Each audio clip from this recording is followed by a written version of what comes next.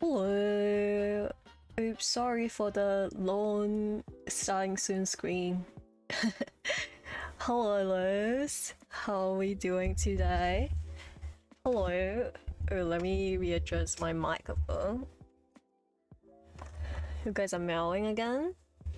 Love that. Also, thank you for all the redeems. And doing great. Glad to hear that. I'm really happy to hear that. I took a nap before the stream so I can feel more energized, and honestly it was a good idea. But yeah, doing well today. I'm also doing well.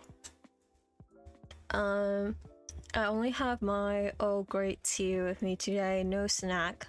Actually ate before I streamed today, so that's good.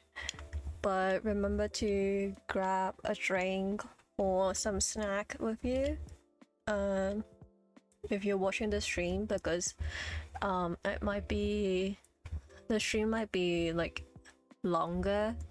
I would say maybe 3 hours or longer, no idea, because I probably will yap while playing this game. But today we're playing Life After Magic, and I'm playing the Anna Lee chapter, where from my understanding it should be kind of like about her origin story probably, and I heard it's going to be like kind of emotional, so prepare to cry. I have my tissues with me. If I do cry, that will be my first time crying on stream, so be prepared. And yeah, but I'm very excited. And also, let me check something. So I was supposed to be streaming yesterday, but because my ISP have what it called, like maintenance, so I decided to move the stream to Sunday, and it will be the usual time. And I will be playing Purgatory, and the game is like kind of like a visual novel point and click game, but it's about like death.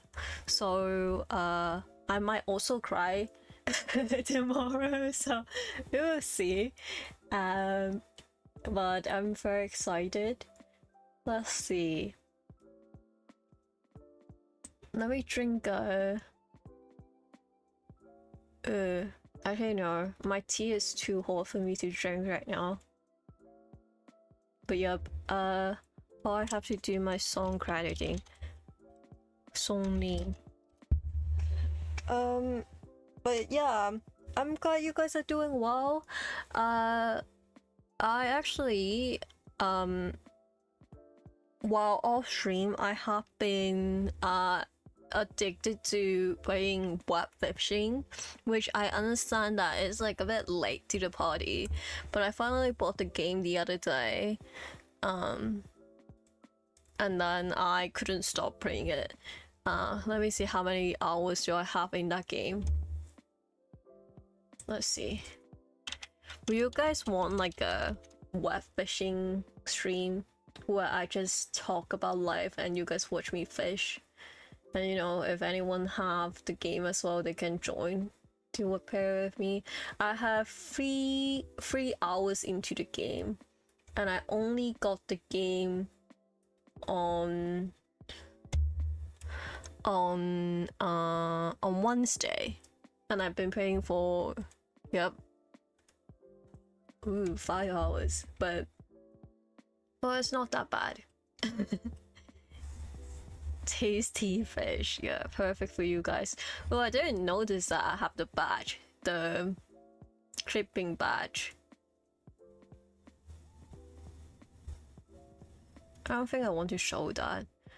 But yeah, if you don't know, Twitch nowadays they have recently added the like clipping leaderboard, and because I'm the only one who clip my own stream, you know, so I am on the top. But you know, feel free to do that if you want to, like clip things. And also after this stream, I promise I will upload the rest of the VOD. I only have the latest, like this week's stream. I haven't uploaded the VOD yet to the YouTube channel. I just need to do the thumbnail, you know. But yep. God, you guys are doing well. Let's see. Okay. Wait, can I redeem my own daily amethyst? Wait, let me check. Can I do that? Oh my god, I can. Okay. Let me start redeeming it. Let me start redeeming my own daily. Yeah, I forgot that I can do that. It's just like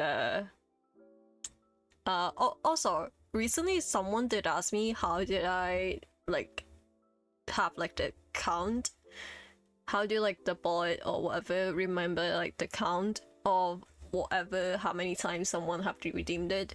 And the answer is that I use a streamer bot instead of the usual like Twitch redeem system. And if you're curious, you can just search up like any tutorial online. I believe some people also use Mix It Up, I think is it, but I use streamer bot instead.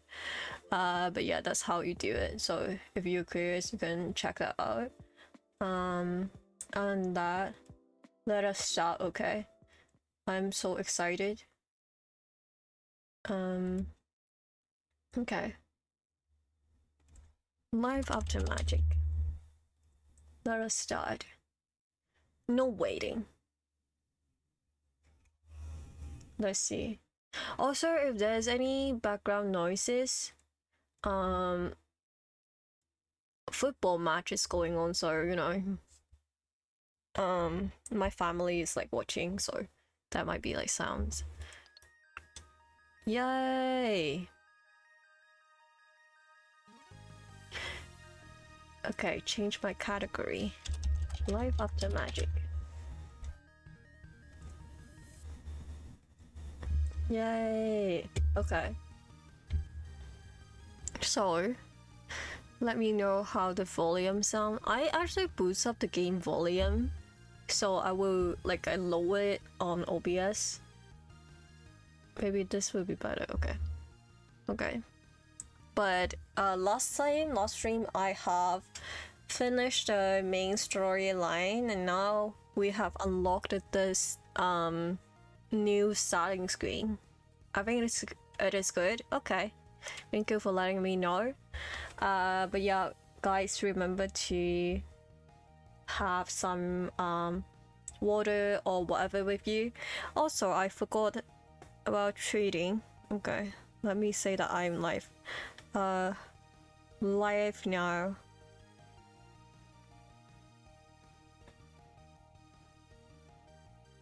For 4 minutes. Oops. Also, I'm so glad that you guys are here today to experience this with me, because I know a lot of people would like this game a lot. Let me post it on Bluesky. Well, let me check something.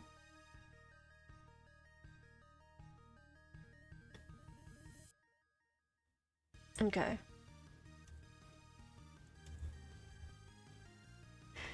You just woke up. Good morning, my mind. You have black tea. Awesome. I need to buy more tea. I ran out, so I only have like L squared left. I have like one like roasted rice green tea left. So let me buy more so I can. You guys won't hear me say that my day of drink is Earl Grey like every day. But I love Earl Grey tea. It's my comfort tea. Do you guys have like the comforting drinks for you guys? Mine is definitely Earl Grey tea. Pause for 40 minutes. Okay. Okay, I have tweeted, posted whatever you say on Twitter and Bluesky already. Okay, let us start.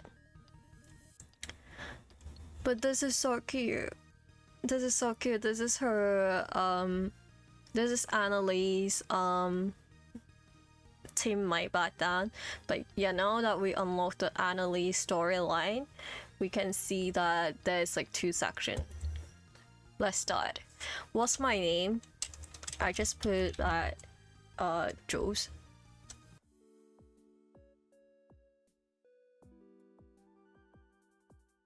I need to buy new tea too. In my city there's a store that let me taste the tea before buying it, and they have a lot of variations, so every tea on every tea one can imagine. That's awesome. I wish I can do that. I guess this is like a week recap. Hi, I'm Jules, a 22 years old high school dropout who's a bit of a klutz. My birth type is O. My star sign is Libra, who I actually am a Libra, but my birth type is not O.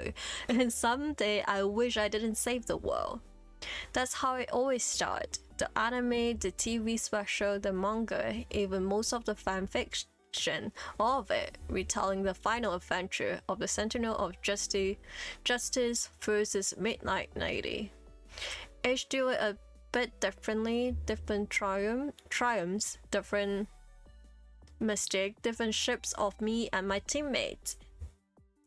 But it always ends the same way. We defeat Midnight Lady, Annalise, because no one ever find out what really happened. I like to think each of this story really exists, just in another universe.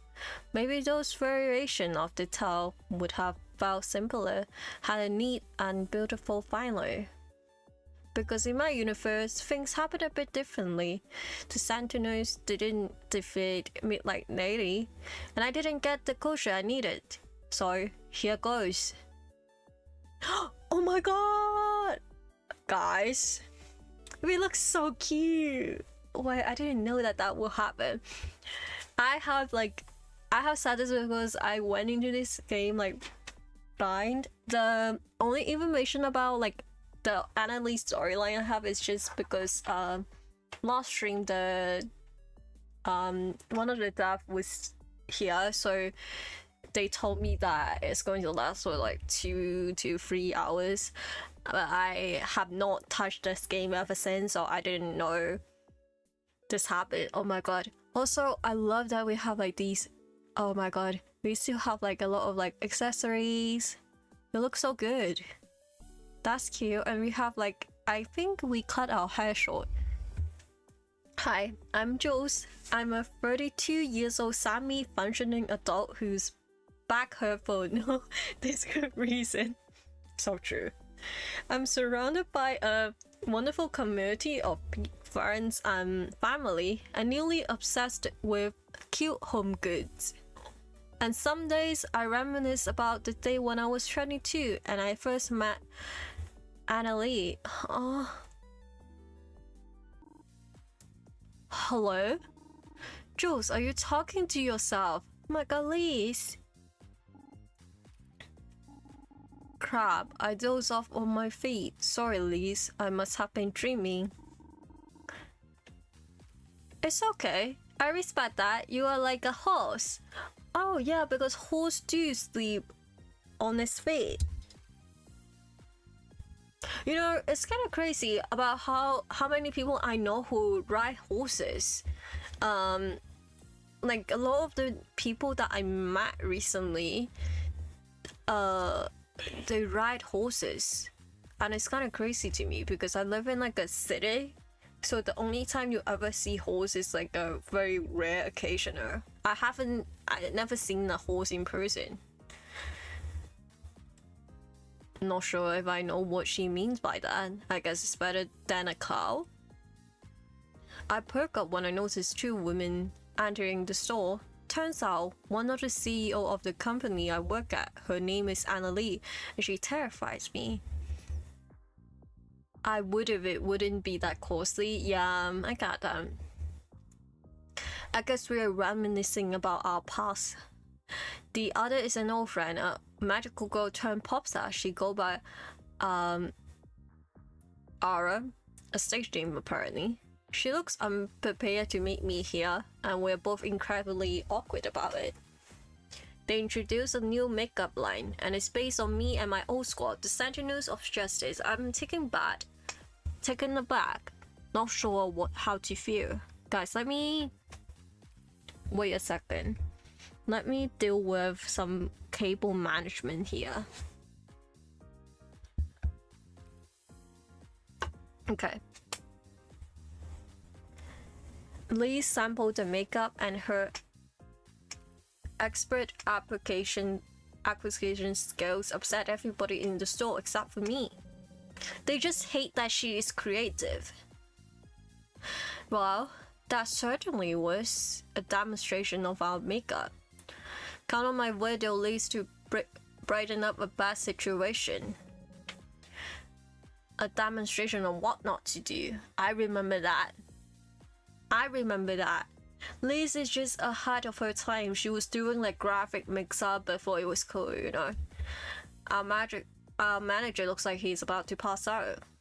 Annalie prompted demolish him by giving him the pink slip. Must get to my next meeting, or come along. Other store expecting us after all. Expect shipment with more samples packages inside. We'll be distributing these to our customer over the next couple of days. Also, this is like a little bit small, but I feel like my cursor suit the game so much, isn't it? And at least turn around to walk out with our in tow. As soon as she does, I notice something fly off her briefcase. Is that a keychain?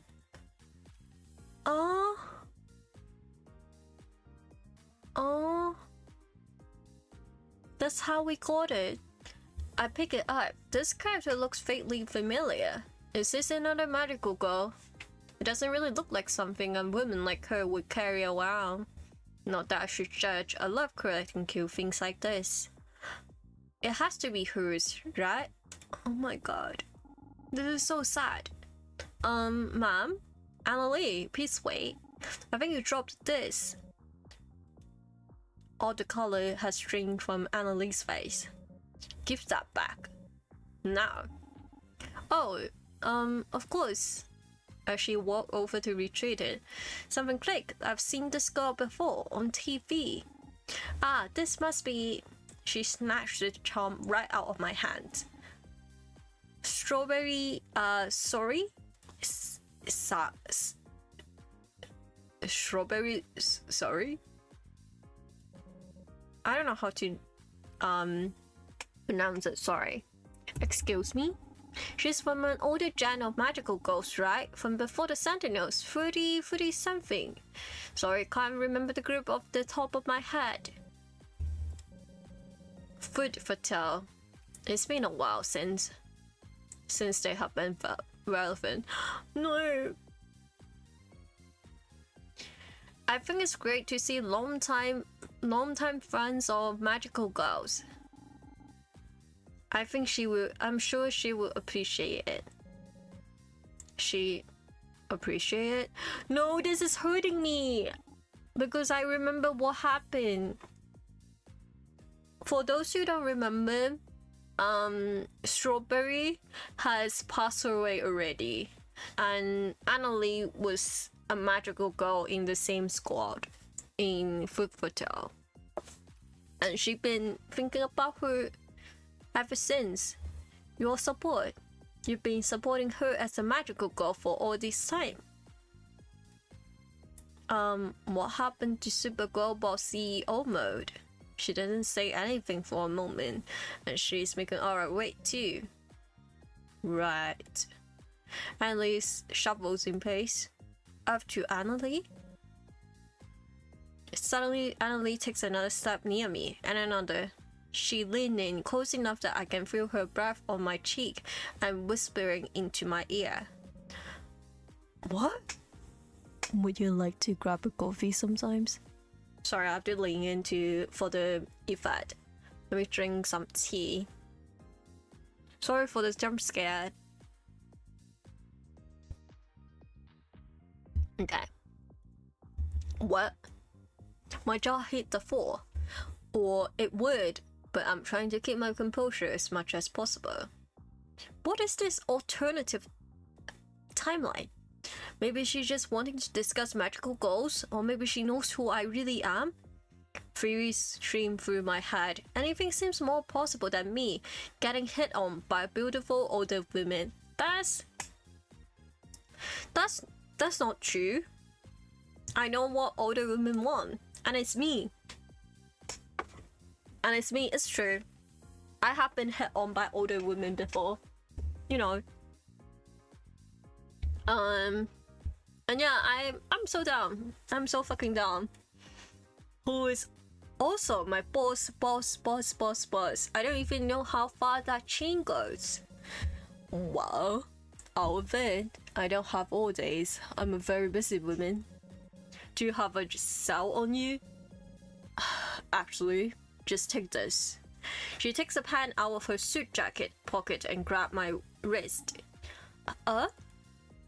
Annalise write a phone number on the back of my hand. Oh, guys, can I confess something? This is something that I really like when people do, you know? I don't know why, but the thought of someone writing something on your hand is so good.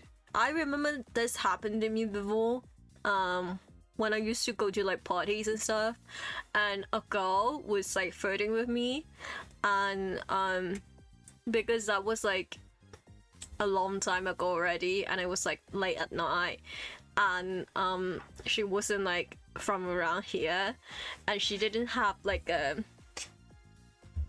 charger on her, and I didn't have like the same model phone with her, so I was like, okay, how do you want me to give you like my phone number, Dad? And then she told me that, why don't you just write it on my hand? And she gave me a pen. I was like, ooh, I don't know why, it fucking got me. It got me. And I was like, oh yeah, sure. And then I think the thing that got me the most was that afterward, when she did text me, she sent like a picture of her hand with like my handwriting on it, and then said that I had a fun night tonight. And I was like, ooh. And that really got me. But now this scenario wouldn't like really happen, because, you know, I feel like it's like much more rare to happen nowadays. Oh my god, hi, welcome in. I'm just yapping. We just started. I was yapping about the writing phone number on the back of the hand. I was talking about how much it got me because someone like asked me to write my phone number on the hand before, and it got me. But that was a long time ago. I hope you're doing well, by the way. USB-C should be forbidden. I think at the time it was because I'm pretty sure she had like an iPhone and I have an Android back then, and that was like a long time ago, probably like 2018, I think. Yeah, probably 2018, because I was still drinking back then. So yeah, 2018. But ooh, that was awesome. Thank you for dropping by. I'm so happy that you made it. Okay, let us continue. Annalise write a phone number on the back of my hand. Call if you are interested, but don't bother if you are not. And with that, she finally returns to our side. What? Purely business. I give low-level employees the chance to interview for a better position on occasion. She got the number of a higher. Let's go. We're behind schedule. She glanced back at me at the last moment, gave her a look as if to say we're talking about this later. Oh, we look so cute, guys. We look so cute. A little different from the story you probably know. Don't worry, I will keep you freshened on the details. In fact, the memories keep floating back to me, clear as daylight. Our eyes are so pretty. Also, I love that our eyes match like our entire outfit, you know? Blue, pink, and I think this is like supposed to be like kind of like a hazel color or like yellowish green, and our whole outfit match that. That's awesome. Kind of like when I saw first tried it to sentimentally like makeup. I started to open up the samples Annalise present us with. Cute. Immediately, the formulas for this line seem solid. The eyeshadow glides over my eyelid, and the lipstick creamy base feels great to apply. That night, I had the most amazing dream. It's like living through a movie or some of the Sentinel's greatest hit. Like the time Sentinel Aurora or Boyoung lured Hydra to sleep with her singing, or when Nova used her exploding stardust to cheer us all up with an impromptu fireworks display on the roof of the school. Then I dream of our geeky KJ always felt our praise on the team. The invincible bubble saved us from collapsing buildings, toxic gas, mind control. KJ, our what's it called? Our partner. Oh, not the ad. Okay, let me wait for you guys. Not the ad showing us as soon as my partner KJ is here. Is there like a gender neutral term of like fiance? Because I never understood, like, you know, because like fiance and fiance, like I can't tell the difference of it other than the spelling. And half the time I don't even remember it.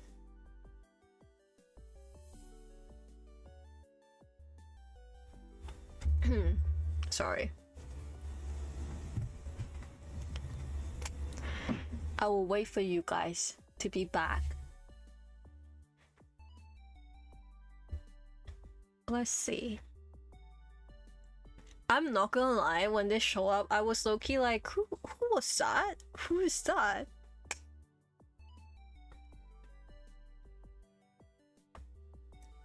But for those who don't remember the last time when we were playing, the ending, it was like me and KJ was engaged. That's like the last thing. The outbreak is ending. Are you guys back? Welcome back. Not the homophobic ads. Okay. The invincible bubble saved us from collapsing buildings, toxic gas, and mind control. My betrothed, maybe? But that's sort of like, I mean, it is cute, but it's like so like medieval time. Like, every time I think about like betrothed, I just think about like, you know, those forbidden romance, or like someone being betrothed to like some kind of like lord. I just think about that. Yeah, it is so formal and so medieval time feeling. And finally, we have Jackie. I have never known anyone stronger in my whole life, both physically and emotionally. There are few things more satisfying in this world than catching a villain monologuing and then bam! A Jackie red hot fist to the face. I remember this when we first started playing. I don't remember how I mentioned this, but when I was a kid, I always told like my family how I don't understand why the villain are monologuing so much, and then like the magical girls won't like do anything and just hear them out. So I love the realistic approach to it. Well, it's like I'm back there again. I was showing up at the makeup store dreaming of my former teammate. Alistair didn't think it was a coincidence. He sent me out to gather the sentinels. I remember.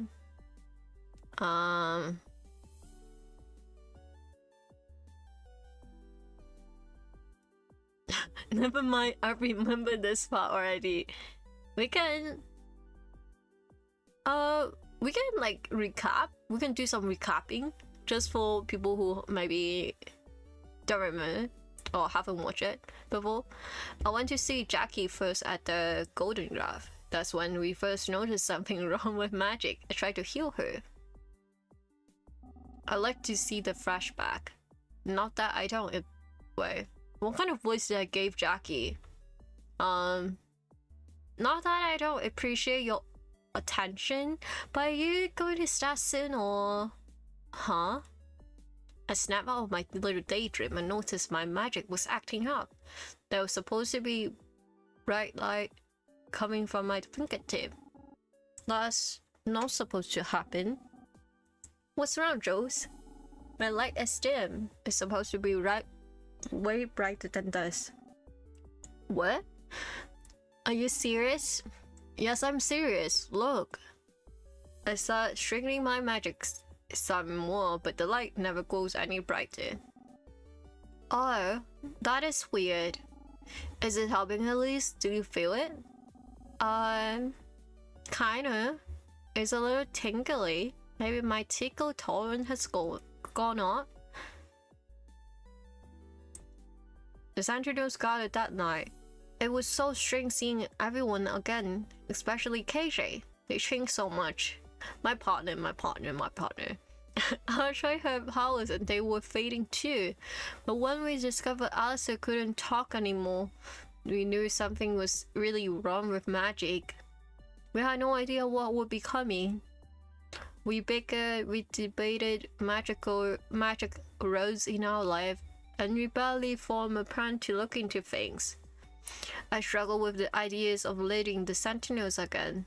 Will I be able to reconnect with my old teammate without making the rift between us worse?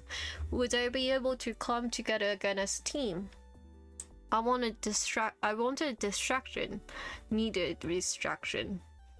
I thought, what could it hurt to see what Annalie had wanted from me? Oh, sweet young Jules, you have no idea what you're about to get yourself into. Ooh. Well, let me save.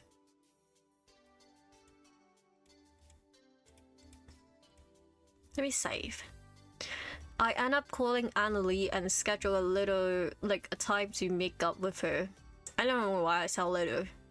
It took a lot out of me to work up the courage to do so. Deep thoughts, pep talk in the mirror, and posing like a superhero. And somehow, it worked out. Too well, in fact. I was expecting we go out of a restaurant or something, but as it turned out, I got invited straight to her condo. What? A condo? Which is fine, totally fine. She's a very successful businesswoman, and she didn't get to where she was by wasting time on silly little time-consuming little dinner date. It's all a bunch of phony? Anyway, how do I say this word? Not an older woman approaching us. When I said that I love older women, I didn't mean that to happen. I used to express disbelief. Fully? Okay. Interesting. She's a woman who knows what she wants. It's a trait I admire, and I hope I learn it from her in our encounter. I scrub every inch of my body beforehand. I sprays multiple pumps of the most appetizing perfume I have. I even cut my nails. Oh my god. That is so real. I even cut my nails. Me whenever I do something. Not the queer girl cutting her own nails when she go out with someone. I have never prepared for a night like this before. I'm terrified, but really excited too. So very excited. So very excited. I bet. Wait. Jules, you're here. Quite on the dot. You knock on the door, the split seconds, 6:39 turn to 7 o'clock.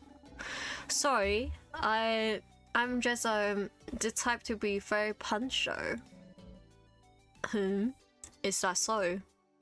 I feel like she can see right through me. I've actually been 5 minutes late to work for the past week. Maybe she knows that somehow. Okay, let me drink more tea.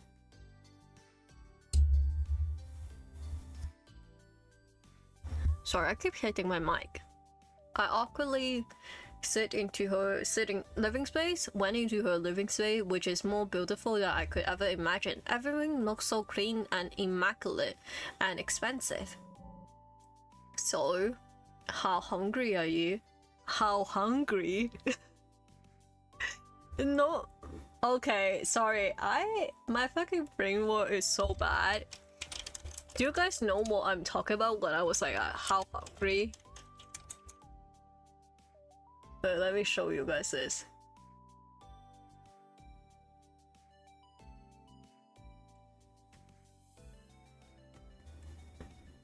This one. Let me put it on my desktop. I thought about this immediately when I was like, how hungry? This is so bad.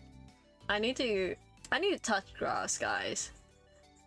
This is the one.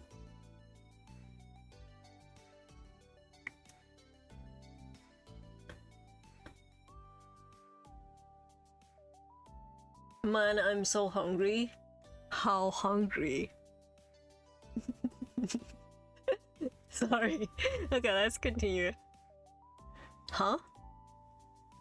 It's a weird way of putting it, but it works on me. I can feel my ears burning. So hungry. I'm starved. Basically, but not in a weird, creepy way. Like, I'm just really excited about this. But not too eager. Me when I'm trying to play with glue. Well, I suppose that's good. Annalise waved over to her dining area. There's a bunch of take-out bags piled on top. I ordered from 3 different restaurants. We have French cuisine, Wagyu steak dinners, and 5-star sashimi. Okay, guys, this is a bit much. Well, to me, but you know, she can do whatever she wants. You know, if she let me like take like a to-go bag, I'm down for that. Drinks, of course, will be paired accordingly. Yeah. Wow, that all sounds so tasty. Can't wait to dig in. I ate beforehand. I think I severely misjudged the situation. Oh my god. Wait. Okay, this is like so real. Yeah, thing time. But there was several times in my life where someone asked me to like hang out, and because I knew that we have something like flirtatious going on, but they didn't mention that are we eating or not, and just like invited me to their place to hang out. So I have times where I'm like, I don't know what will happen, so I ate like a meal, and I did the same thing with like cutting my nails, make sure it's like good and stuff like that. And when I arrived, they were like, let's order something and watch a movie. And then something else did happen after that, but then they were like, oh, you're not eating much, do you not like the pizza? I'm just like, no, I'm just like not that hungry. It was so awkward. It was so awkward. I was offering a choice of one meal rather than a free-for-all. Although I suppose I can't begrudge a healthy appetite. Note to self, our retailers on the shop floor need longer lunch breaks. Of course, I was just thinking about what I like to try. Let's say some like French cuisine. I can't eat steak, sorry about that. Wait, no, let's eat the steak, you know, because I don't eat steak anymore. Like I don't eat beef anymore, so let's eat the steak in the game. Steak piece. I like that. Oh my god.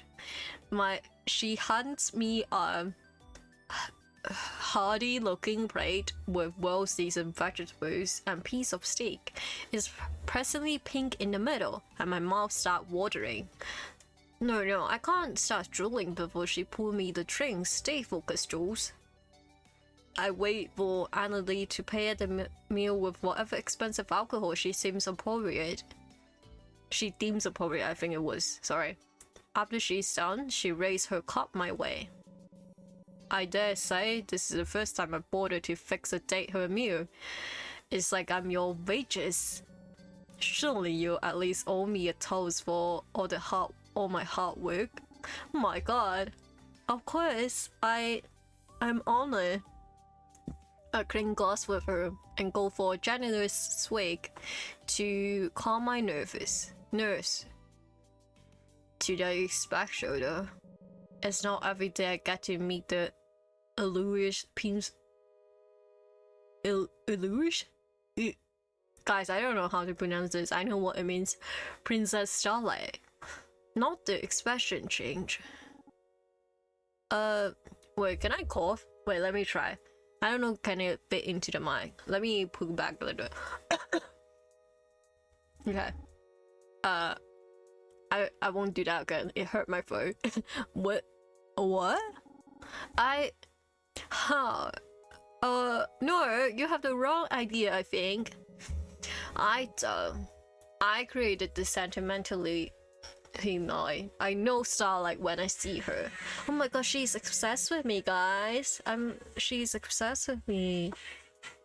Wait, sorry. Be right back.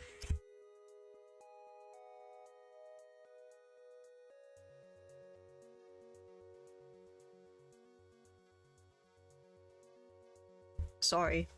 My family was being very loud. Okay. I didn't get to my position through half-assed research. Are you doubting my skills? No, I didn't say that. Well, I don't know. I stand up from my chair, feeling defensive. I'm not confirming or denying anything, but did you bring me here to interrogate me? What's your real intentions? Annalise poked at her fruit. She looks a bit sheepish. I'm sorry I scared you. You have every right to feel cornered. I feel the same if I were you, so please sit down. I slowly sit back in front of my plate. I just thought you were interesting. A renowned magical girl. No, not just that. A leader of an accomplished magical girl squad. You were celebrated, beloved, practically everywhere. But now you're working at our store for a minimum wage. Then how about you raise my salary?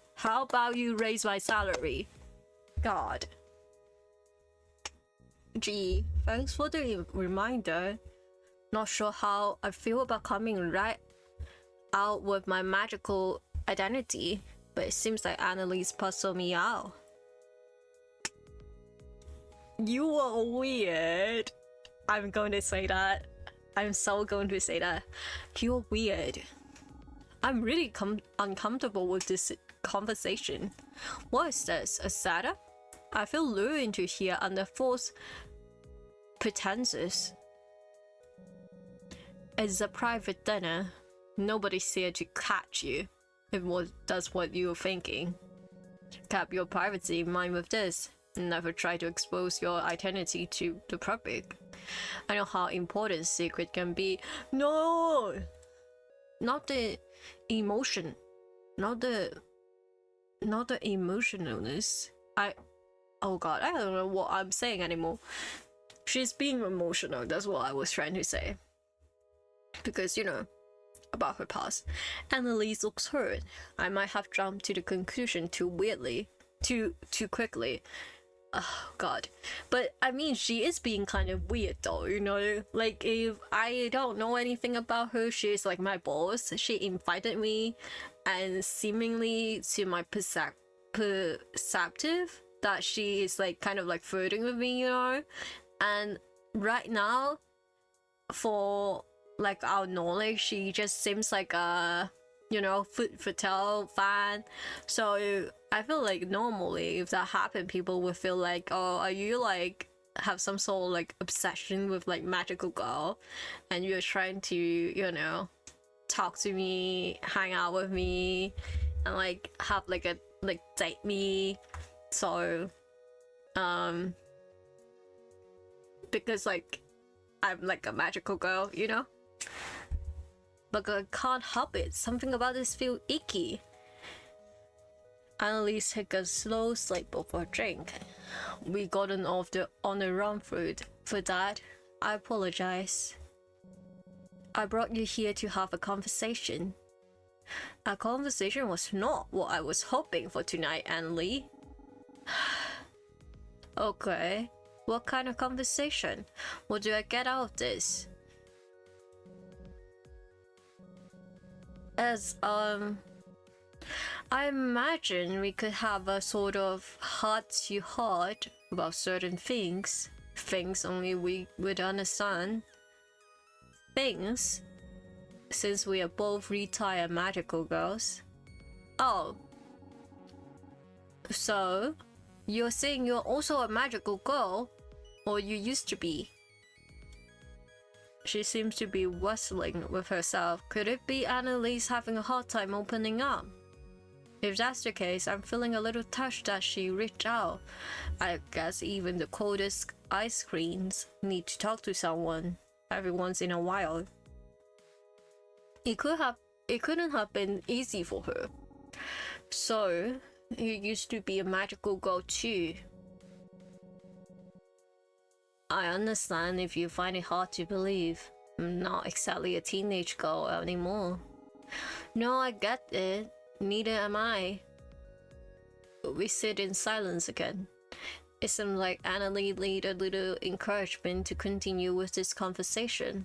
So, I think carefully about what to say. Sometimes, I still feel like a kid though. Like, I don't know anything about the world around me. I feel lost.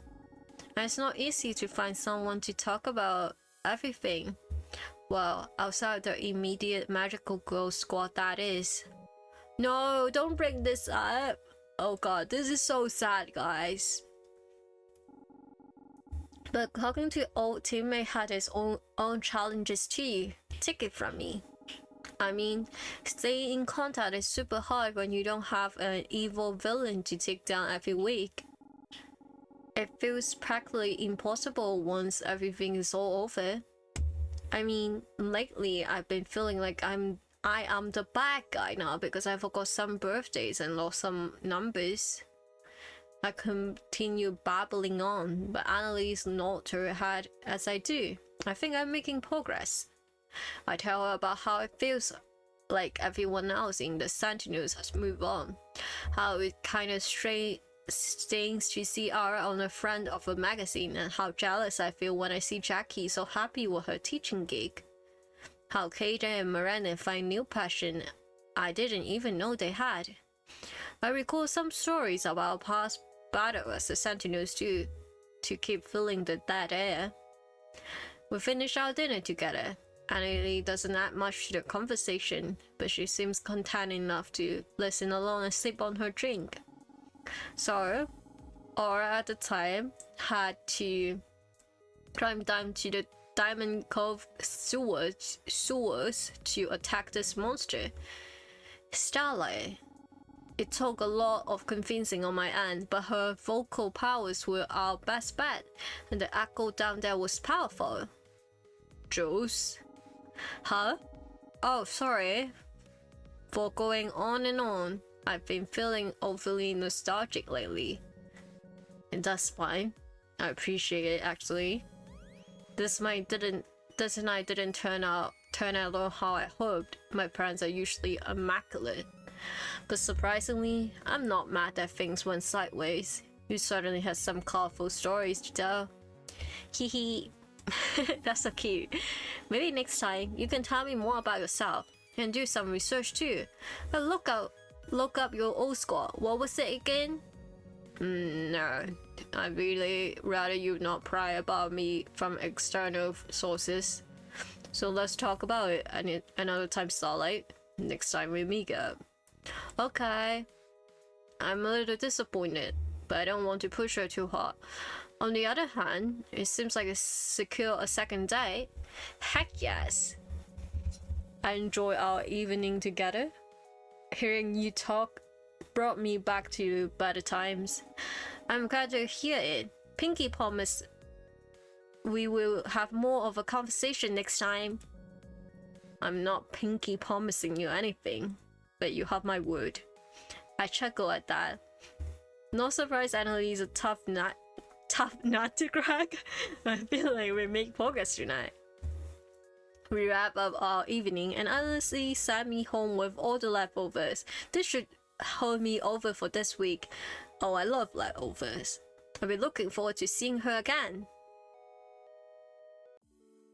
Not me, guys. Remember when during the first stream, I was like, I know older women, I know what they want, and I was talking about how my type was older women. Guys, apparently it did happen, you know? It did happen. I'll be looking forward to seeing her again. That's still true. Even though it's been a whole decade since I last saw her. Oh no. But those days flashed before my eyes like they were just yesterday. After that, Elise met the rest of the Sentinels. Was Jackie there too? Yeah, another detail that's different from my universe and all the stories. What do you guys think? Do you want to go down like a trip down the memory lane, or we can only handle too much? I think it basically is like a recap of what happened, you know? What do you guys think? You guys decide. Like a recap what happened like last time we were playing it.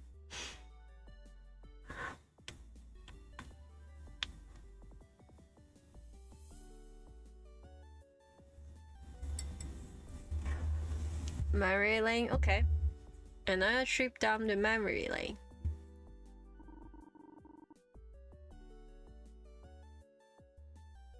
Hello. Value shoppers, welcome to Grammar Pop. May I have a moment of your time to speak to you about a product that will bring some magic back into your daily beauty routine? Hey Liz, maybe the next customer are okay. Now you ask for the customer name. I mean, hi, what are your names? I love this. Miranda and KJ visit. Miranda giggles a little at Lee's unabashed enthusiasm. That's my work wife charm. My ship right here. I'll be your sentinel to rescue to your perfect makeup match. Her name is Liz. Don't interrupt. You're already good at talking to customers. They are mine. Liz proceeded to find the perfect sample for KJ, Jackie, and Miranda. I have a concealer right here that would be perfect for you. Liz whip out the concealer and put it in Miranda's hand. On the contact, Liz freeze, blushing. She won't take away her hand. My ship. Liz. Her hands are so strong and nice. A musician. Wow, I can do a test to find a perfect match for your skin tone. No, give me the palette. Wait, sorry, this is KJ. No, give me the palette you got. She should say I should match your skin tone. Fuck the rules. We can look however we want. Liz gets suddenly very excited. Damn the man. KJ and Liz jump up and down yelling excitedly. A few customers slip out of the front door with worried looks. But then Liz changed her demeanor completely when she approached Jackie. Liz raised the lipstick near Jackie's lips. Yes, I see it now. Jackie would sit. So it would be a great fit for you. Huh? Jackie barely chokes the word out. It's from our brand new Sentimentally line. With this shade of color, I think it will let that pretty face of yours shine. You simply must try it. It takes me a while to rustle Liz off that package. Particularly Miranda. Yeah, that's because that's my shape. That's my OTP. That's my OTP right there. But then she's already given out free samples to tailor to each of them. Gotta say, she's a good saleswoman. But soon, I'm able to take KJ, Miranda, and Jackie aside. They all try on Sentimentally line, but though the quality of the makeup is top-notch, everyone is feeling conflicted about the branding, and Aura's part of it. There's no new leads about magic disappearance. But we leave resolved to look more into it. Jackie catching the gay for a cute girl in makeup store is a canon fan. I fixed a point in time. Yeah, that's true. Not okay. The ads are so homophobic. But yeah, that's true. Okay. Oh, I'm almost running out of tea. Guys, I will be right back. I will refill more tea, okay? Maybe I will wait a little bit. Yeah, let me wait until the next outbreak. Okay?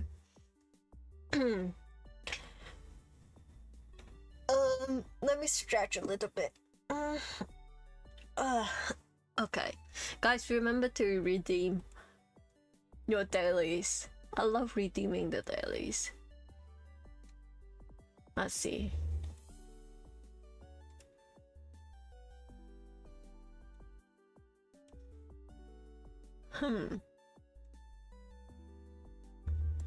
Not the art being homophobic. I love how every time something gay happened, the art's just like, nope, it's not happening. That is so cute. I love the way that we look. Also, finally, I wouldn't be like skipping the scenes since I have changed my changing to a new mouse. Welcome back, loves. Sorry about the ads, not you talking about gay people and the ads strike you down. But yeah. I love Jackie whenever she whenever she gay panic, because that is very true. That is me. It was so nice to see everyone at the store that day. A moment of normalcy, fun before it came crashing down. Yeah, welcome back, loves. These memories, how vivid they are. I don't think it's an accident. Maybe there's something amiss with the magic again. No, those days are far behind me. I know what this is. It's my heart begging for closure. But where would I even begin to look for her? Maybe the answer is in front of me. My memories. Let me think back to what was next. I decided to take the initiative and ask Annalise to meet me at a cafe. Our last meeting was awkward at best. I'm still beating myself up of how badly I misinterpreted her signals. I had time to think about our conversation, and there's a lot of questions I'd like to ask, now that I'm not on the spot. Annalise sitting across at me at a small table for two. She's frowning at the wall-mounted menu above the counter. I think she's scaring the baristas. I like the spot. It's not too fancy or highbrow, and it makes a great date venue. Not like I brought any dates here recently. Haha. My god. Do you guys ever like... Okay, this is my question. So you know how there's a lot of people when they bring people to like go on date, especially I heard this is a thing that cis men do a lot. They will bring like people to like the same place over and over again. Like when, for example, if they're using like a dating app, everyone who go on a date with him, he will bring like that person to like a spot. So it's like for first day we go to like this cafe, for second day we go to this restaurant, like, and it always the same. Do you guys do that? Because for me, well, I honestly haven't been on that many dates. I feel like all my relationship before is like people who were friends with me, and then we turn into like dating. So I never went on to too many dates. If I do, all those dates are like more like I actually just met them recently and I decided to like go on a date with them because they asked me out. That's about it. But I never like do like repeat of like bringing people to like a place that I have brought other people before, like if it is like a date context. But if I'm hanging out with people, there are definitely a lot of repeat, but dates not really. I feel like it's kind of like, I don't know, I feel weird about it, you know? Do you guys bring someone new? Like for example, if you brought someone to a cafe before and then it didn't work out and then you met someone new and you deciding like a venue, will you bring them back to the same place or not?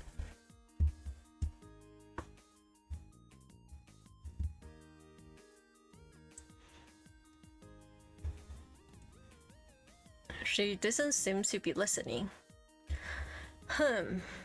This... Oh my god. Not the... Oh, I like this. Annalise is kind of like a coffee snob. These five seems to be over-glorified milkshakes. Cookies and cream? Caramel ribbon? You're telling me this is coffee?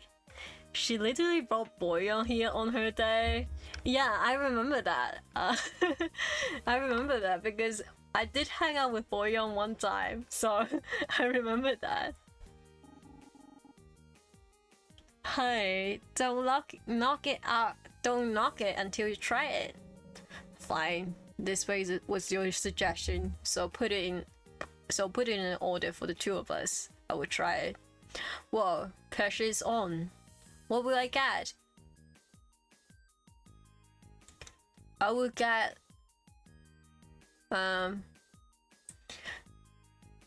this.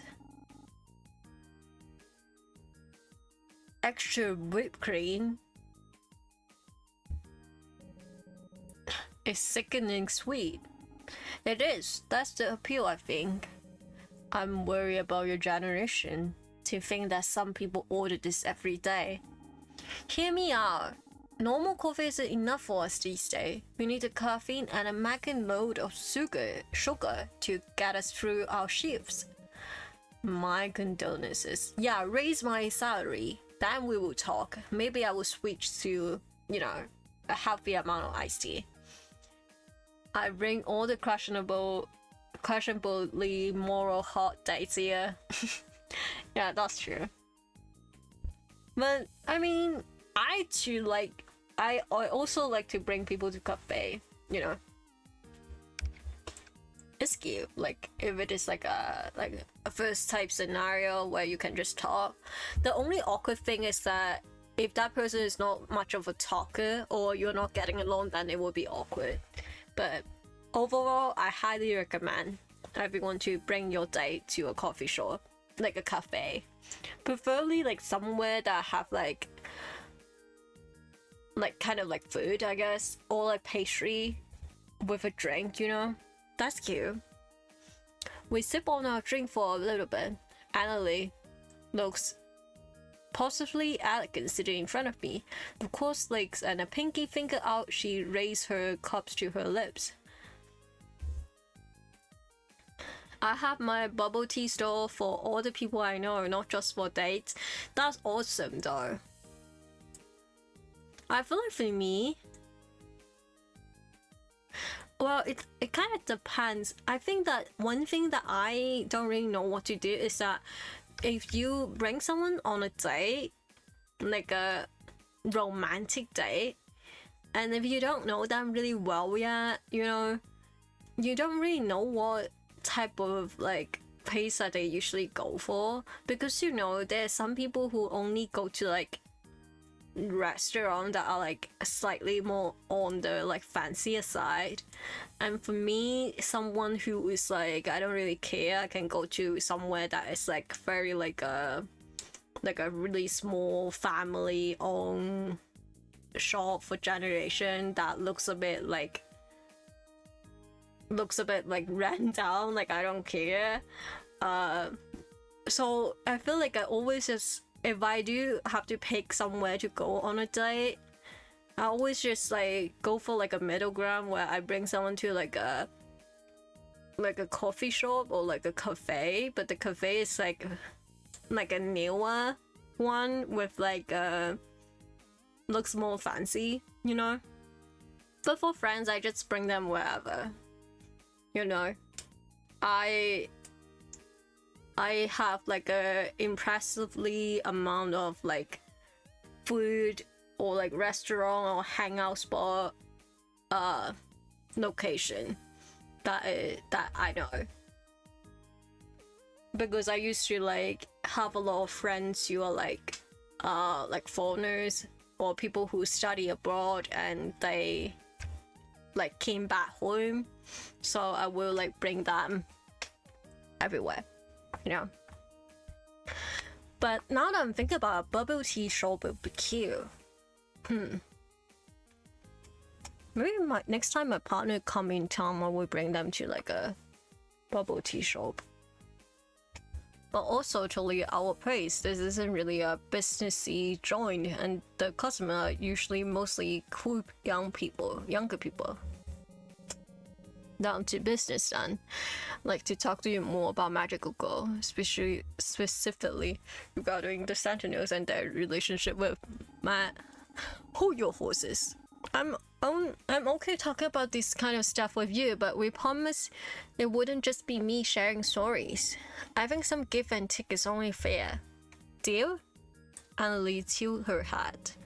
Who knew Starlight was such a little businesswoman? Fine, I can accept that. I figured Pinky Promise wasn't going to work, so I've decided to speak your language. The first thing I'd like to ask, what kind of magical girl are you? To be honest, I don't think I ever met a former magical girl outside of myself and my immediate crew. I'm not very sure where to start when it comes to asking questions. So, can you tell me more about yourself as a magical girl? Not so special. Just never the type to take initiative or be the group leader like yourself. You? Really? But you are a total boss now. You're kicking butt in the business world. Teenage me wasn't made the same murder, I suppose. Metal? Annalie taps her fingers on her nails. Guys, what's wrong with me? I can't read today. Annalie taps her nails on the coffee table as she sips her drink. I suppose I have no choice but to divide into my pause. Default into my pause. I've already asked so much of you already. I'm all ears. Do you remember when you picked up that charm for me back when we first met? Of course I do. I don't think I will ever forget it. That was Strawberry. That is, she was the leader of our magical girl group, Fatel. She was the heart of our group, the first of us to gain magical powers, and the one who named us. Other than me, there were two other girls, Bree and Morena. We all went to school together. Well, sounds like kind of like us. The Sentinel were all at the same high school. Let me guess. It's the one by the south side of Diamond Cove, the one by the seaside. Yeah, that one. Do you know that building used to host an all-girls school? Before Emerald High, it was Ruby's Preparatory Academy for Girls. Okay guys, I have talked about this. I fucking love like jam names for fictional places. When I write story, I love doing like Ruby Empire, Emerald Kingdom. I don't know why. That's why my like in Stardew Valley and also like Fields of Mystery and stuff like that, my farm names are like, well, I don't remember what was my Stardew Valley one, but my Fields of Mystery one is Amethyst Farm. I fucking love it. It's so fun. I think I heard something about that when I attended. Makes me kind of wish I was able to attend back then. The name sounds way more fancier. No, you don't. 1, we had to pay tuition. 2, our classmates were possibly vicious. Oh god, I went to an all-girls school and it was so bad. It was so bad, guys. Don't do it. If you plan on having any kids, don't send them to like an all-girls school. Don't do that. Don't do that to them. Back on subject, we are all bonded together when we were misfit to stuck out for one reason or another. Take Bree for example. She was a total delinquent, picking fights with anyone who looked at her funny. Annalise shakes her head disapprovingly. Marina and Sorry were perfectly tame in comparison, but they weren't able to keep up with the whims of the classroom cliques, or any of the other insufferable social expectations imposed upon us. And you? What about me? Did they pick on you because you were too pretty? Wait, I may do that. You were too pretty? I bet they pick on you because they were jealous of your looks. If you were even half as beautiful as you are now, stop right there. You sounds like a licious old man. I mean, it's true, you know. Because some people do pick on people because they are too pretty. When I was in primary school, there's this mean girl who picked on this other girl so much. And I think that she was just jealous of her because she's like a really pretty girl. Hey, that's going too far. I was just giving you a compliment. Annalise rolls her eyes. They pick on everything they can, yeah. For the record, they call me a stuck-up prude. They might be right, but I have my rules and boundaries. I don't think you're a prude at all. So I'm stuck up? No? Anyway. I'm sorry. She offered to meet us at a cafe once we had all gained our powers. She was a sweet fanatic, but always ordered this bizarre buffet: strawberries, bananas, grapes, and avocados. Oh, that's how they got the names. Sounds unique. It certainly was unique enough for her to assign us magical girl names, in fact. Oh, so that mean you were avocado, Anna. Going to the laugh. Most find it just as funny as avocado fame magical girl doesn't have much appeal going for her. No, sorry, it's just kind of like unexpected. The senators were very particular about our chosen name, clue space them and all.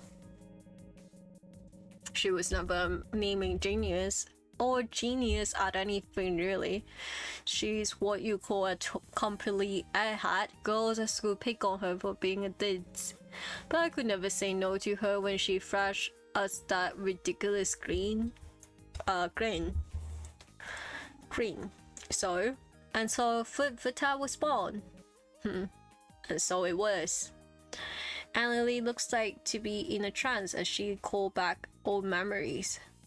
Honestly, I'm right there with her, thinking back to magical days full of excitement and wonder.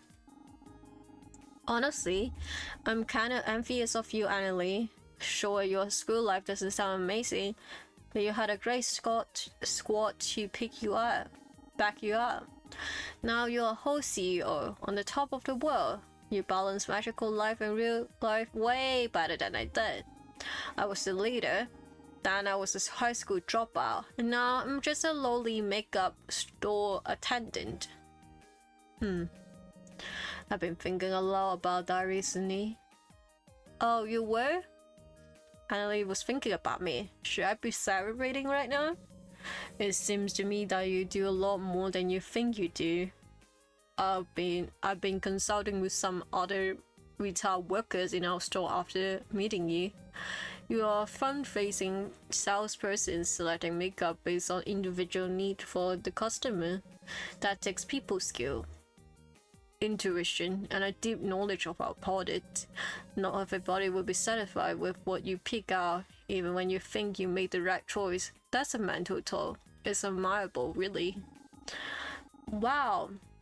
Thanks. I mean, I'm really used to getting talked down to about what I do, but you're right. It's super hard, but rewarding. Like when I pick up something that really make the customer happy, I get this total boost of energy. You make my day. I think that's why I'm still at the store, to be honest. I can always look forward to those little wins. I see. Now it's my turn to say I'm envious, Starlight. It sounds like you're making a positive difference in the world, even though it's just helping people with their makeup.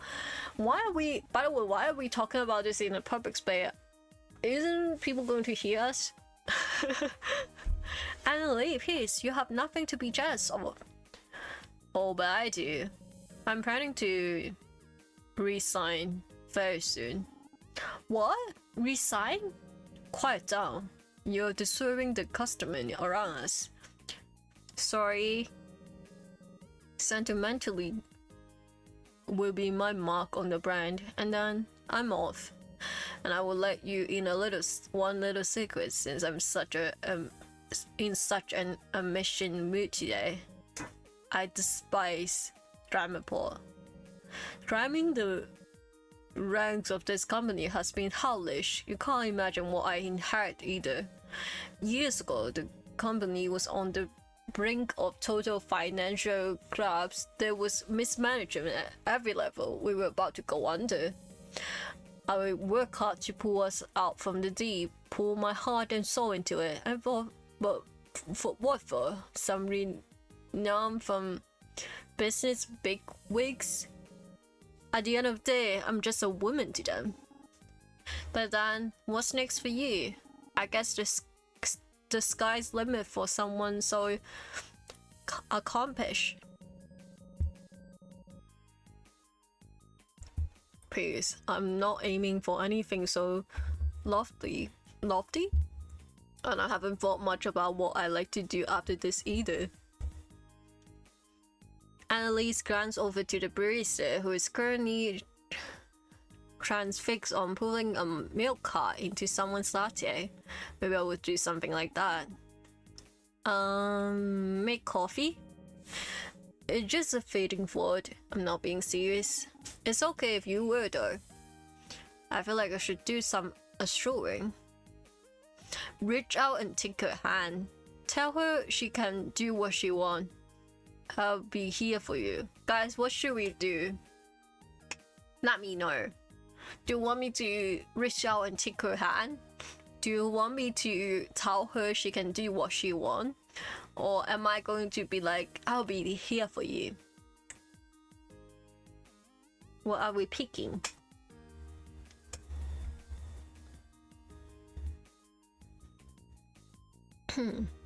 Tell her she can do what she wants. That is very true though. She can do whatever she wants. Okay.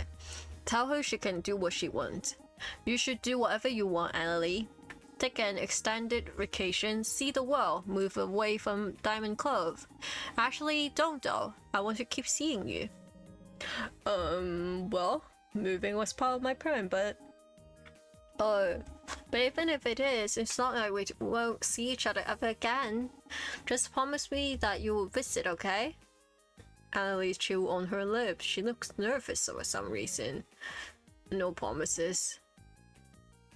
With that, we wrap up our coffee day. Our cafe day.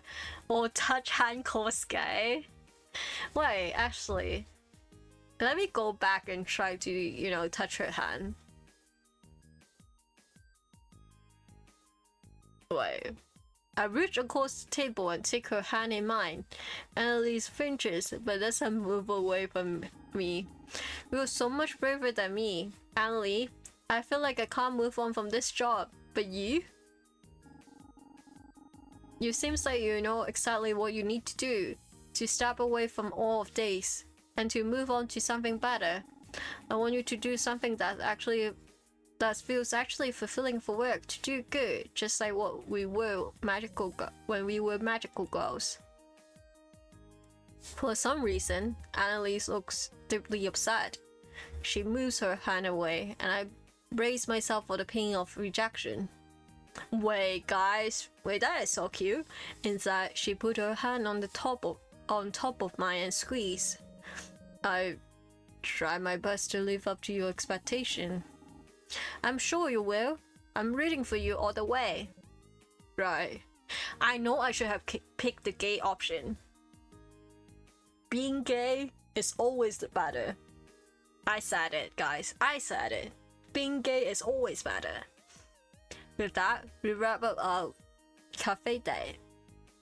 Annalise thanks me for my time, something I should really be saying to her instead, and leaves an enormous tip at the counter. Before heading off to her sleek-looking car, she gave me an awkward pat on the shoulder. I'll be seeing you again, Ahoy. Something in her expression looks pained. I should keep reaching out. Of course, I'll call soon. No. Okay, let me save. I didn't know it at the time, but the second day was the first crack in Annalise's armor. Our first day, she was in control, more than I even realized at the time. But at the cafe, I got to see a bit behind the curtain. She wanted to let someone in, and was the one that called. No, I was more than that, wasn't it? We shared an understanding that day. We built trust. We both knew how it felt to be lost. Was a little more guilt on top of a mountain that she carried. Yeah. And I did lose her. Despite how elated I was leaving the cafe, the reality of magic disappearance was about to hit hard. Everyone's power was becoming more fickle. Everyone was feeling more exhausted. We had nothing really to go on. It was natural that desperation made us go on edge. We wanted a lead, and we find one in Liz. I think it was Aura who said it, yeah. I want to see it. I've been watching this person for the past few... Wait, No, that's not her voice, sorry. I've been watching this person for the past few days, and I think I have found who we are looking for. It's Liz, my work wife. Jules and I are the only one whose magic is being affected the most, and we've been around Liz at the store more than anyone else. I don't think that's a coincidence. Plus, I overheard her saying how much she doesn't like me in particular, so she could be tagging me now after Jules. Is that what really... Is that what this really... This is... Wait. Sorry. Is that what this is really about? Someone disliking you doesn't make them evil. Get over yourself. Fuck you. That has nothing to do with it. Uh-huh. Are you sure about that? Hey. Let's focus. We aren't going to get anywhere if we argue. If we had a lead, why not follow it? I can do the investigation since I'm the one who brought it up. No offense, but I think maybe someone more level-headed should go. Is way too cute to not be the villain? Yeah, so true.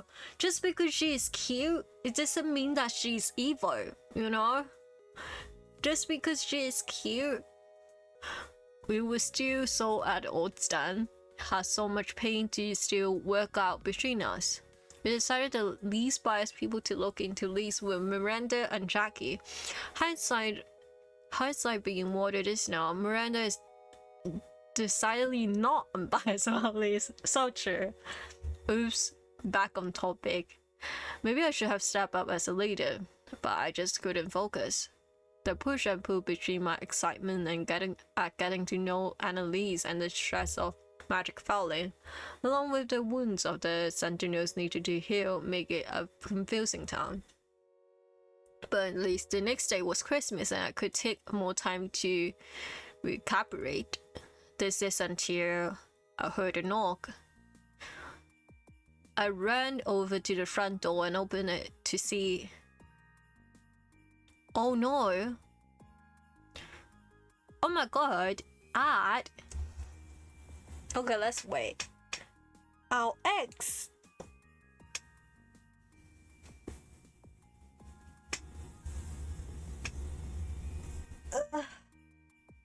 Guys, I think I would do like I would find like a day where I would just completely turn off ads. Honestly, it's like pissing me off sometimes. Let me check something.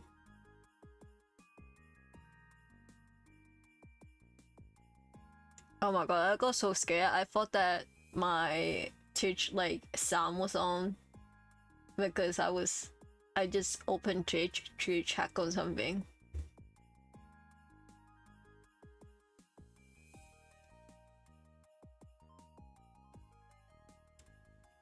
Let's see.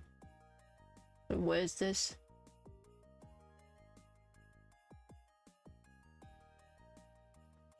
Oh. Okay. Okay.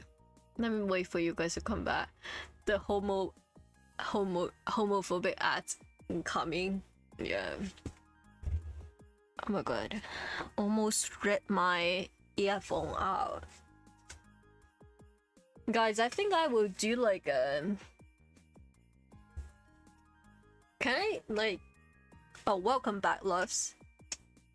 I'm thinking about I kind of want to do like a web fishing stream next week because I've been so addicted to it, but I feel like nobody around me play web fishing anymore, and I really want you guys to join me, you know, but I feel like nobody ever play it anymore. I just want to fish, you know, and chill and talk to you guys.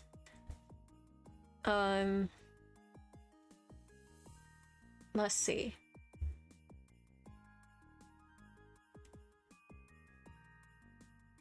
Wait, what is this?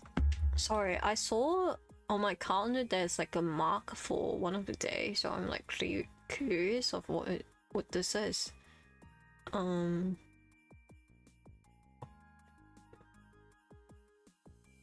Let's see.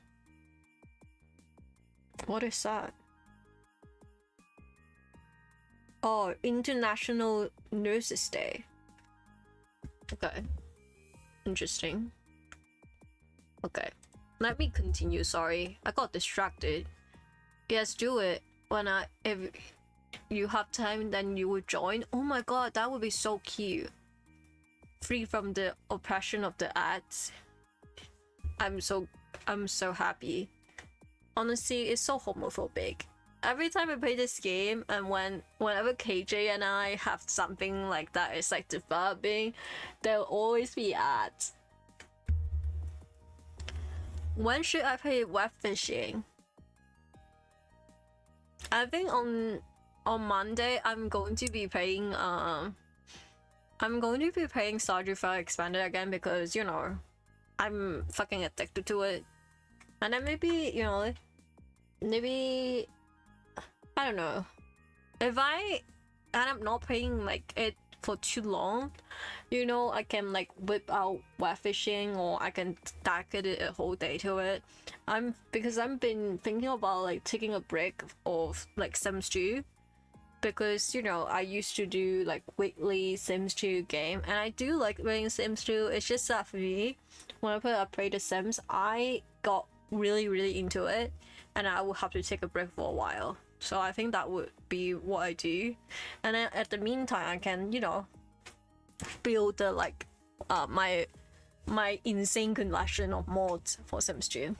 But yeah, let us continue. Merry Chris. I closed the door. I remember that. Sorry, Jules not feeling well today. Open up. It's an emergency. Merry Christmas. Right. Thanks. Merry Christmas. Ho ho ho. You're very lucky. Santa Breeze is here to give one very special girl a very special gift.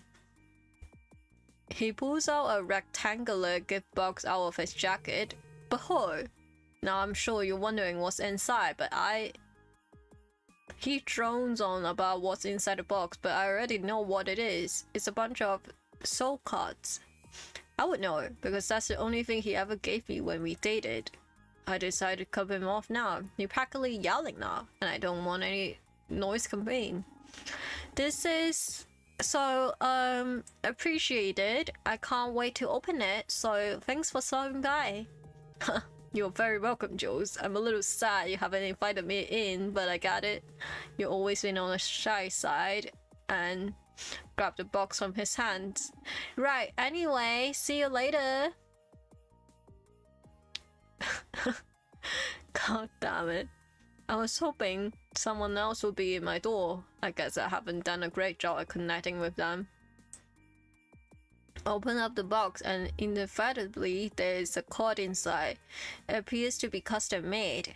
It's me, Princess Sentinel Starlight, painted sloppily with markers and acrylic paint. It's actually kind of sweet. Maybe there's something to be said for him sometimes. I got to read the description, and it said Praise ultimate psychic. I threw the card in the garbage and moved on with my day. I remember when on like our timeline, everyone went to like visit us, and they gave us really good like sweet gift. I wonder what kind of present Annalie might have given me. What am I saying? We have barely went on 2 days. So down, girl. While I was busy focused on Annalie, Miranda and Jackie investigate Elise, and to my great relief, find out that she's just my little weirdo and not a scheming villainess. Even though I think she would probably make an adorable and frighteningly effective one. But it's at least have been upset, struck by a sense of nostalgia that sent her spiraling. And that wasn't the only sign what was happening to Magic was getting worse. Diamond Park customer base got a little spirited. I've been in that office my whole life. I wasted my life away in cells, trapped in that awful cubicle. I wish I was a magical girl instead. Shut the hell up. Everything's too loud. So loud I can't hear Ara's voice anymore. Give it to me. You, give it to me. Well, calm down. What are you looking for? Hey, please don't break the glass. You see? Foaming at the mouth? Son. But we still had no new lead, so I buried my head in the sand like I've been doing all these years. I wasn't standing up as a leader, and I wasn't being a very good friend. Don't you ever just look back at your younger self and want to scream, "Wake up! You're doing it all wrong. You're about to run full force into the greatest heartbreak of your life." Am I repeating history, looking for her now after all these years? But I couldn't know that. Couldn't see what was happening in front of me. Told myself it was okay. We had no lead. She was a magical girl too. Perhaps I could find out what was happening from her. But the real reason was, I just wanted to see her. And then she called me. She called me? I have to say, I imagined a lot of scenarios for our third meetup. We could try a real sit-down restaurant, or maybe a movie, or a play. Instead, I've broken us both into my old high school. Starlight? This is a sorry excuse for a classroom. Yeah, well, it's a public school now. Sometimes I hear the teachers complain about the budget cut and government spending. Not that I ever had the chance to follow local politics. I was too focused on saving society from more existential threats. Annalie frowned as she traced her hand over the musty desk. I can almost hear her making a mental look to herself to start calling up local politicians demanding for change. I'm sure it's a far cry from its former glory, but this is what it was like when I went to class. Still, this desert looking dingy as ever. And look, I carved my initial into this one. I'm surprised they haven't sanded it down. Former glory? On the contrary, everything looks the same. That's what's so horrible about it. Surely they could have invested in whiteboards. These desks look better in my day. Even the chairs are the same. I grab a chair and give it an experimental sit down. It wobbles a little, and the back rest squeaks. Come on, it still works. It's just gone for a few decades of wear and tear. Annalise looks doubtful, but she pulled a chair around and sit across from me. So, want to tell me why you chose to meet with me at my high school in the middle of the night? Our high school, technically. I don't know what I was expecting, to be honest. I thought it'd be exciting. I get to see the after dark Swim High out when you and the Sentinels ran together. Most of all, I was looking forward to see how Ruby Park has changed. Is disappointingly familiar. Why the disappointment? Familiar should be good though, right? I mean, you talk about your teammates so fondly last time we met. I was one of them, not the school itself. This place doesn't exactly evoke good memories for me. Me with my schools.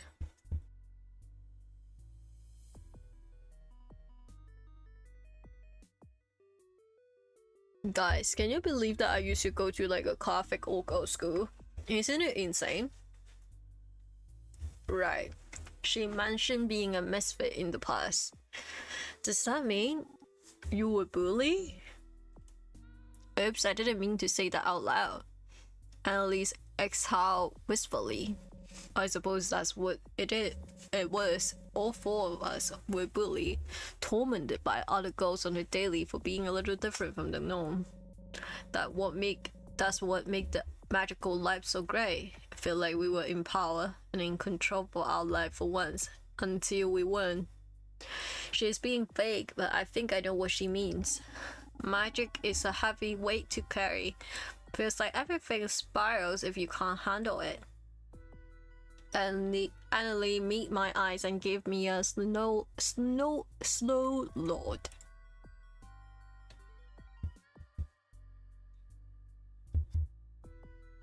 The air is silent for a while. Annalie looks contemplative as she stares out the cloudy windows out of the classroom. We share a handful of quiet moments together like this over the past few makeups. Annalie seems like she enjoyed them. There's probably not a lot of wiggle room to chill out when you are constantly on the business grind. Eventually, I decided to break the calm with an exaggerated sigh. I can't say I have broken in here. I know you just wanted to visit on a whim. No offense, but it's a little risky.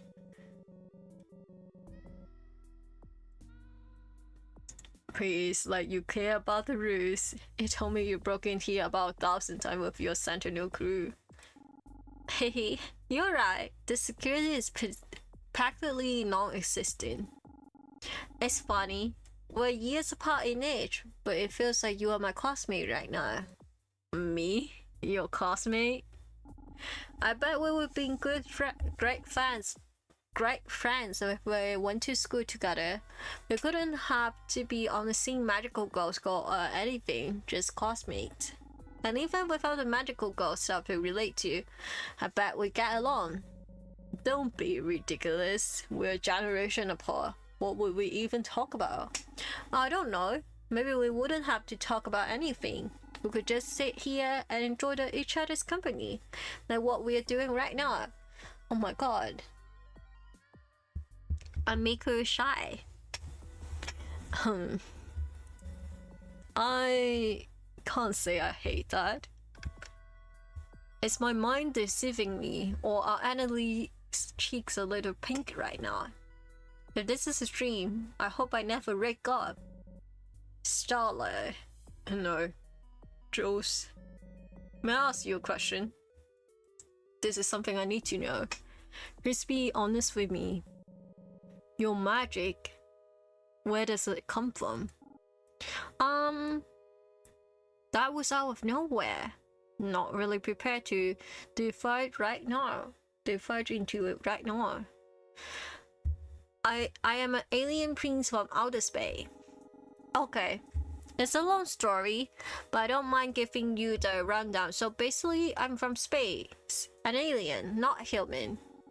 My home planet was destroyed and I had to seek refuge here on Earth. Stop right there. I'm not asking for your TV backstory. I've seen the anime, read the articles, the alien stick is cute and great for the press, but I want to hear the real story, not a made-up one. Made up? I'm being for real right now. You aren't? Do you seriously expect me to believe that you are an alien princess from outer space? Yes? Jules, please. Can't you tell me the truth? I mean, I'm telling you the truth. You just chose to not believe it, you know. I am.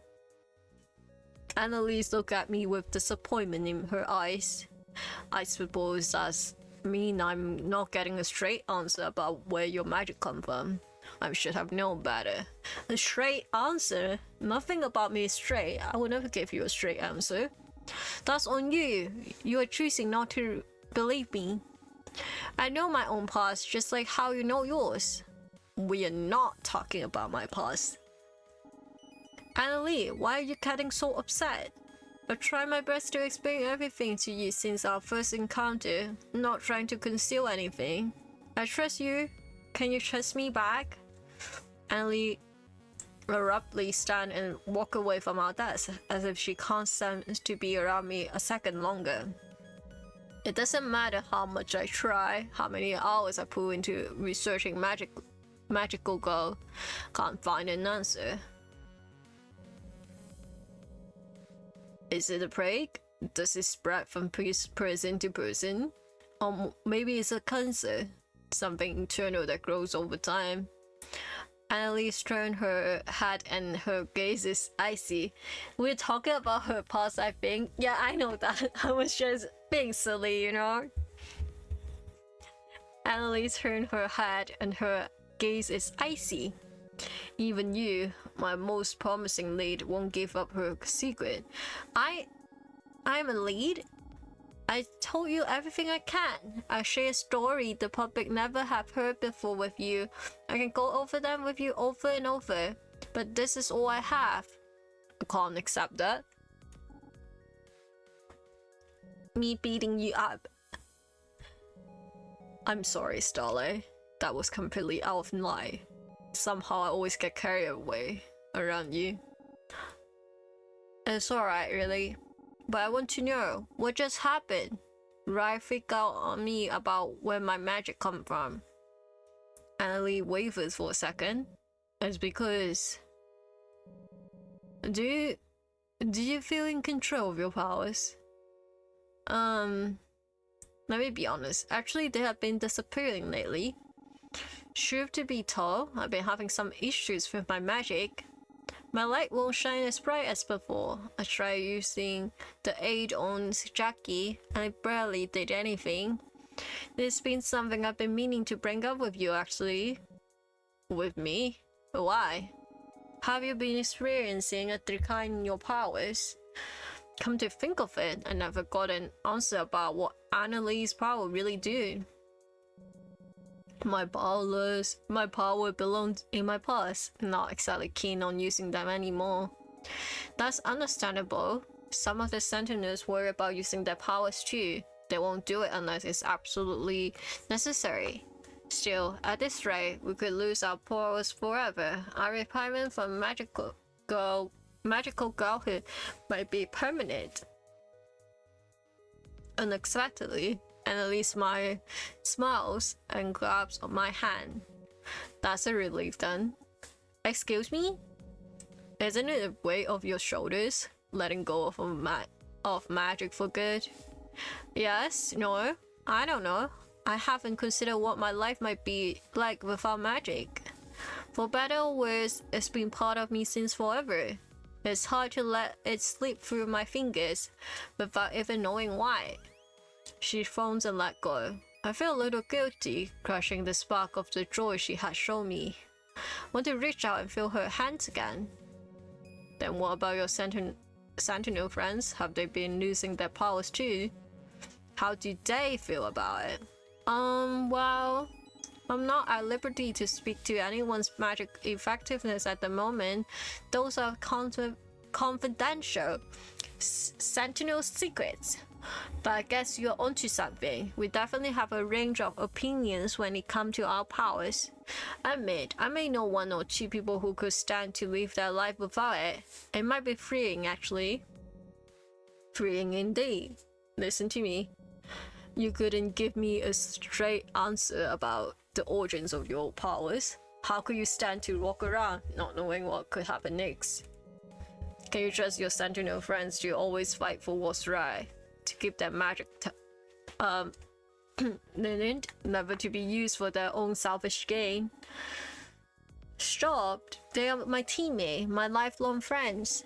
I haven't always been the best at keeping up with them, I admit, but I know them. You know them for now, but people change. High school won't last forever, and neither will your friends. Bad things happen in life. Horrible, awful situation you can't even imagine when they happen to you. It can break a person apart, or turn them inside out. Yes, one of us could stray from the path of a normal, upstanding life. Anyone can make the wrong decision, but we'll always be here to support one another, no matter what happens. We make that promise when we become magical girls, and I believe in it to this day. Annalise scoffed at that, rolling her eyes. God, give me a break. I can't stand this naivety. Nothing is permanent in this lifetime. Not your magic, your friendship, or your flimsy teenage promises. I mean, it is kind of true though, because, you know, when you are like promising something with someone, the only thing that you can hope for is them upholding the promise. But sometimes, you know, when you when you do any sort of like agreement or promises with people, it might not be important to them, you know. Everything feels like it's going horribly wrong. Has all the progress I have made with our relationship been for nothing? Sorry, let me clear out this notification first. Okay. I'm sorry, but this is how I feel. My friends are good people at heart. I know they wouldn't abuse the power we share. Maybe you could talk to them, like get to know everybody better. Please. Please, I know more than my fair share about the Sentinels.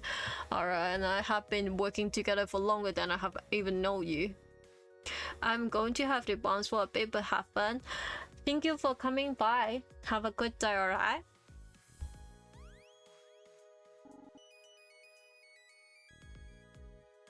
Yeah, but enough. We are getting nowhere. I'm done wasting my time with you tonight. Wasting time? Anna leaves half and massages her temple. We will discuss this another time. Not in the mood to go back and forth with you anymore. I'm calling a cab for you. It's night. You should be walking alone. You shouldn't be walking alone. Thank you for the redeem. Oh, I only have one single drop left. I should get some tea after this. I think that you can barely hear it. Okay, let me refill my tea, okay? That remind me of that, thank you. And now we drink a big sip. Be right back. Refilling tea. Okay. And you guys should, you know, get some snack. Refill your drink too. Okay. Let me just put it here. Be right back.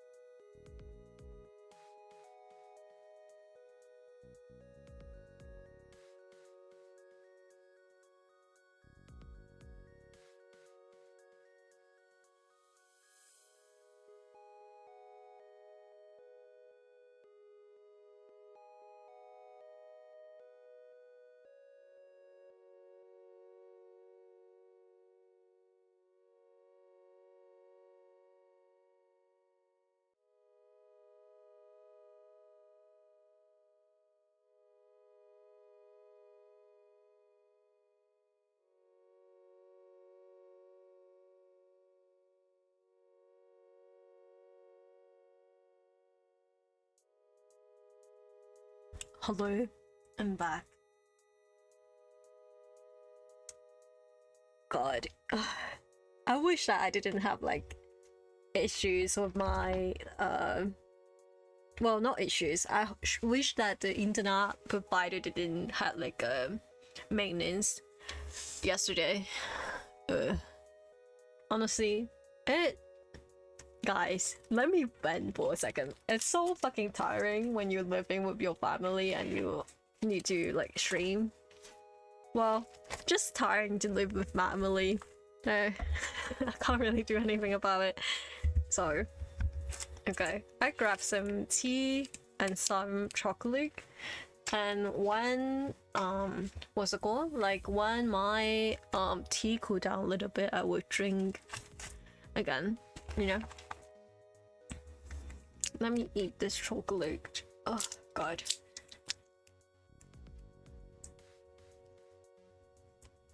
That's why I usually like when I stream, I usually like to make sure that I'm not streaming at I'm streaming at a time where nobody's home. Break. Okay, let me eat my chocolate right now.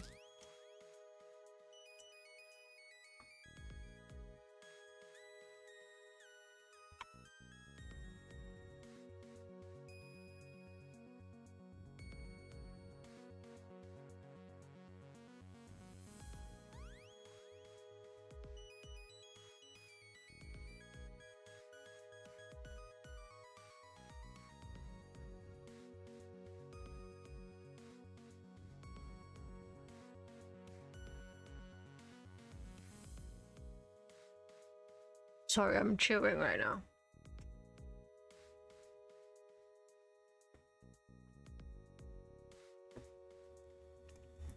How are you guys liking the story so far?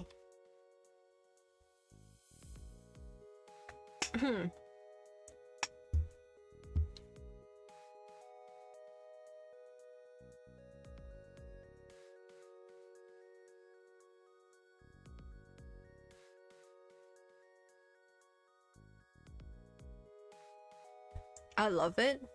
I'm glad to hear that. Sorry, I think I was muted for a second. I answer you and then I repeat it again after I realized I probably was muted for a second.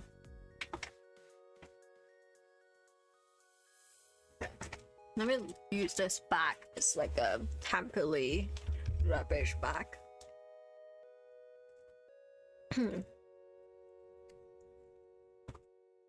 Oh, wait for the... Okay, I think the ad is finished now. Let me continue. I'm calling a cab for you.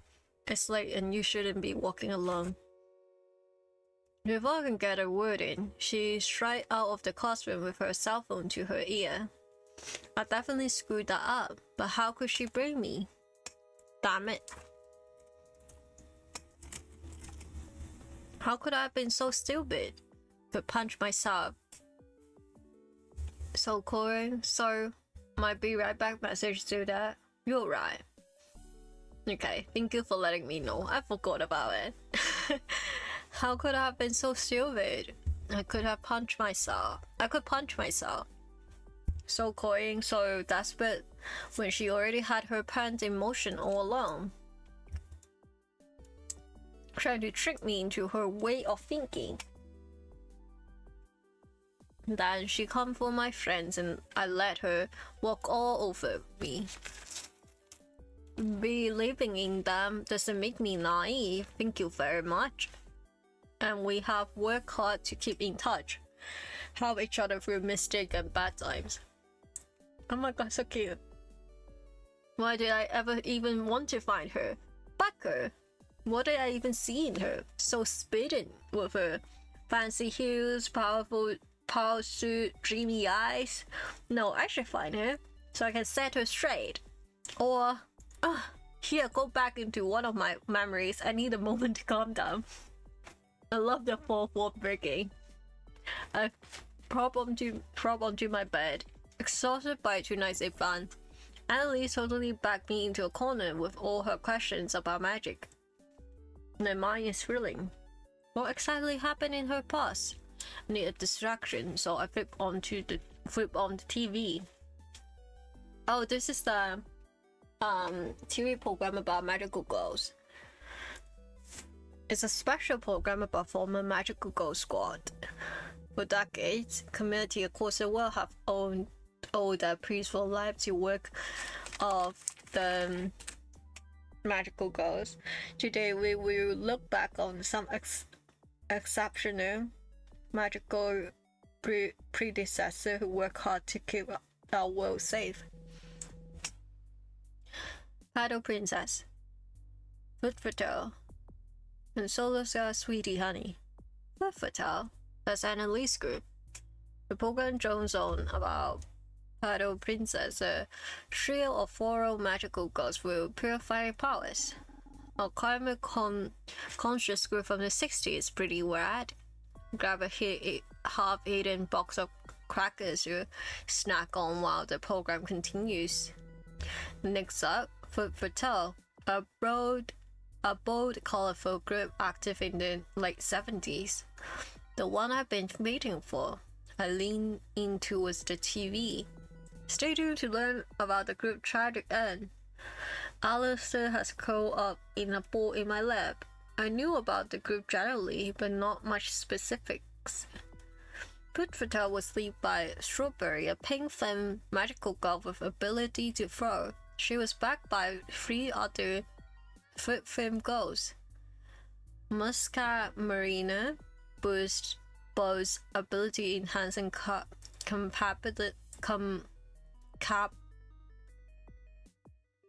capabilities. According to the program, she paired well with another member named Banana Brie. The 4th member, Avocado Anna, can absorb magical power from the enemy. That's Anna Lee, her power. Foot Fatal were on their way to becoming the best and the brightest star of the 70s. That is until one fated day.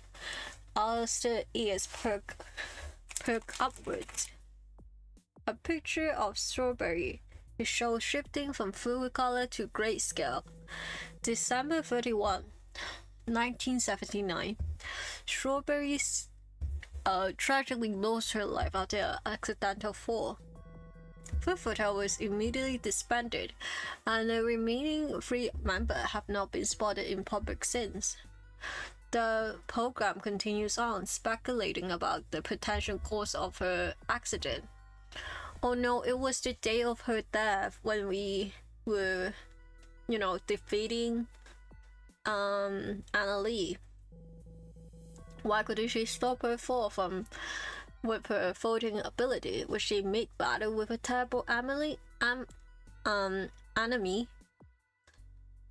There's uneasiness that grows in my stomach as the reporter mused on the dangers of magical girlhood.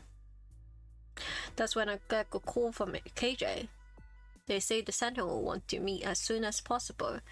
They also want me to stop using the makeup from the sentimentally line. The makeup is sent a sickening chill up my spine. Tell them I will call a meeting soon. Want to figure out what's happening with magic? I do. And now that I know what happened to her, Annalie is all I can think about.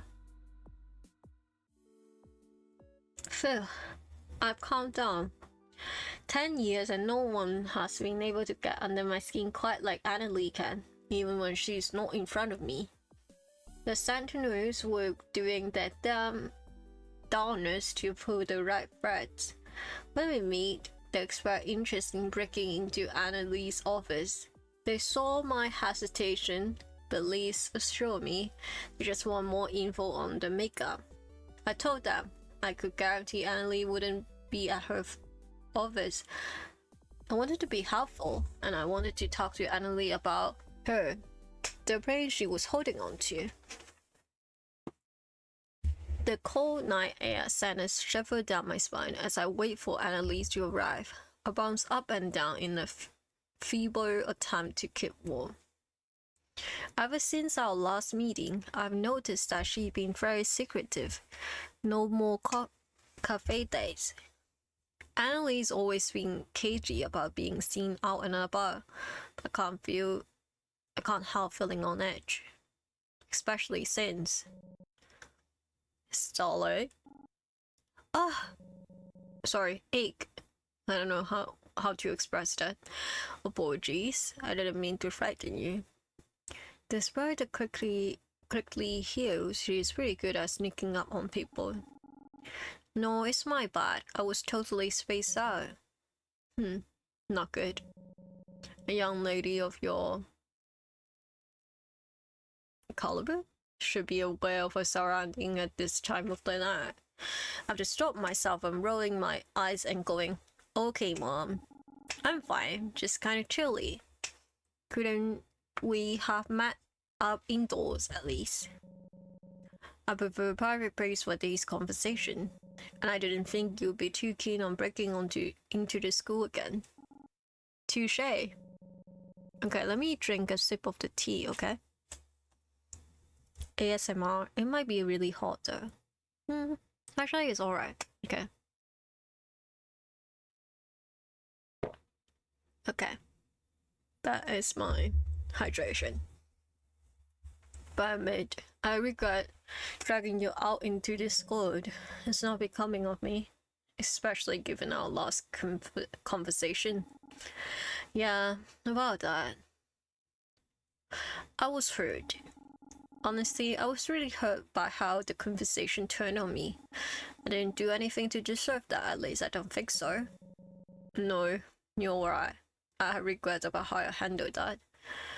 Annalie looks legitimate. Annalie looks legit apologetic. Sorry, I can't speak today. I guess I forgive you, especially since you're giving me those big old puppy-eyed dog eyes. I am not. I'm not giving you puppy dog eyes. I don't think Annalise is capable of that kind of expression, but it's funny to tease her about it anyway. I began for Annalise to sit with me on a nearby bench, but she shakes her head. Okay, the lack of music's making me so nervous, I don't know why. Starlight, let's talk. I regret what I said the other night, but just the delivery of it. The core of what I'm trying to tell you is still there. Okay, let me save. Sorry. Okay. At the end of the day, it's my fault. That's okay, it's just a little disagreement between us. It's not so serious, and I still value what we have together. No, it's serious. I think we should stop meeting like this, permanently. Oh my god, we're being broken up with. I mean, we're not really together, but you know. What? But why? I had completely blanked. I don't understand. I thought we were on the right track. What did I do wrong? Annalie scoffed. You cried? God, you're probably sitting there thinking, what did I do wrong? Which would be ridiculous of you because you didn't do anything. I still can't say it even though something tugs at the back of my mind. Something that Annalie desperately wants to tell me, but she feels like she can't tell anyone. I think I already know what it is. It's okay. I know everything. You what? Annalise takes several steps back, looking shocked. I try to close the distance. The truth is, I've been curious about you, but you tell me so little. And you already know so much about me, so I thought I'd get to know more about you, and Food for Tale in general. I saw a TV special on Food for Tale, so I went to the library and looked through some old newspaper clippings and magazines.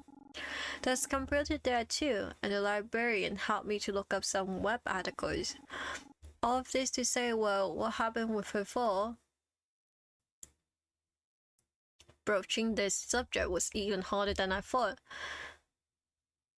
I stammered a little before Annalise cut me off. Well, was that it?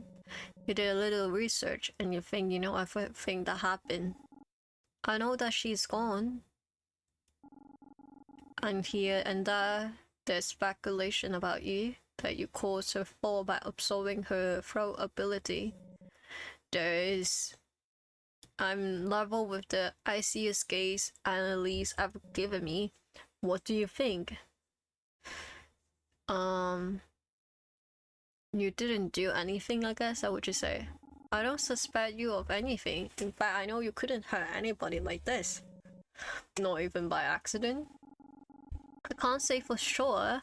Accident happened, yes, but you were more careful and meticulous than anyone I ever met. She grimaced. Don't you think there's a reason for that? I'm doing my best to give Annie Lee an out. But I can tell it's a futile effort. She won't back down either. I'm tired of letting you tell me what to think about magic and about you. You talk about how you respect me and the work that I've done. I was talking about your work at the store. This matter is entirely different. I can't handle myself. I'm a survivor of the magical girl life, just like you. I have to make hard choices with bad consequences. So please don't act like I will shatter into pieces if I learn to choose. God, you're so naive. I can't stand it. Then punish me for it. I won't leave you alone until you do. Fine. I'll tell you a story then. Specifically the story of Avocado Anna's of Food Fatale. She was perfectly weak at first. Not the emotional music. Wait, let me boost the volume. Okay, when it gets loud, let me know. But I boost it up because this music is kind of quiet. She was perfectly weak at first. So weak, she didn't think there was anything special to her at all.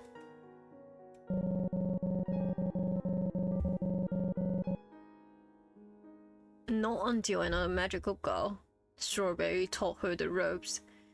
She told Anna there was something extraordinary about her, that she could help save people. The music just came on, by the way. Before that, there wasn't any music for that scene.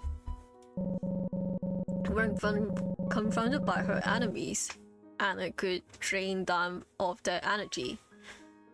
That power was stored back into her, which she could then disperse into whatever vessel she liked.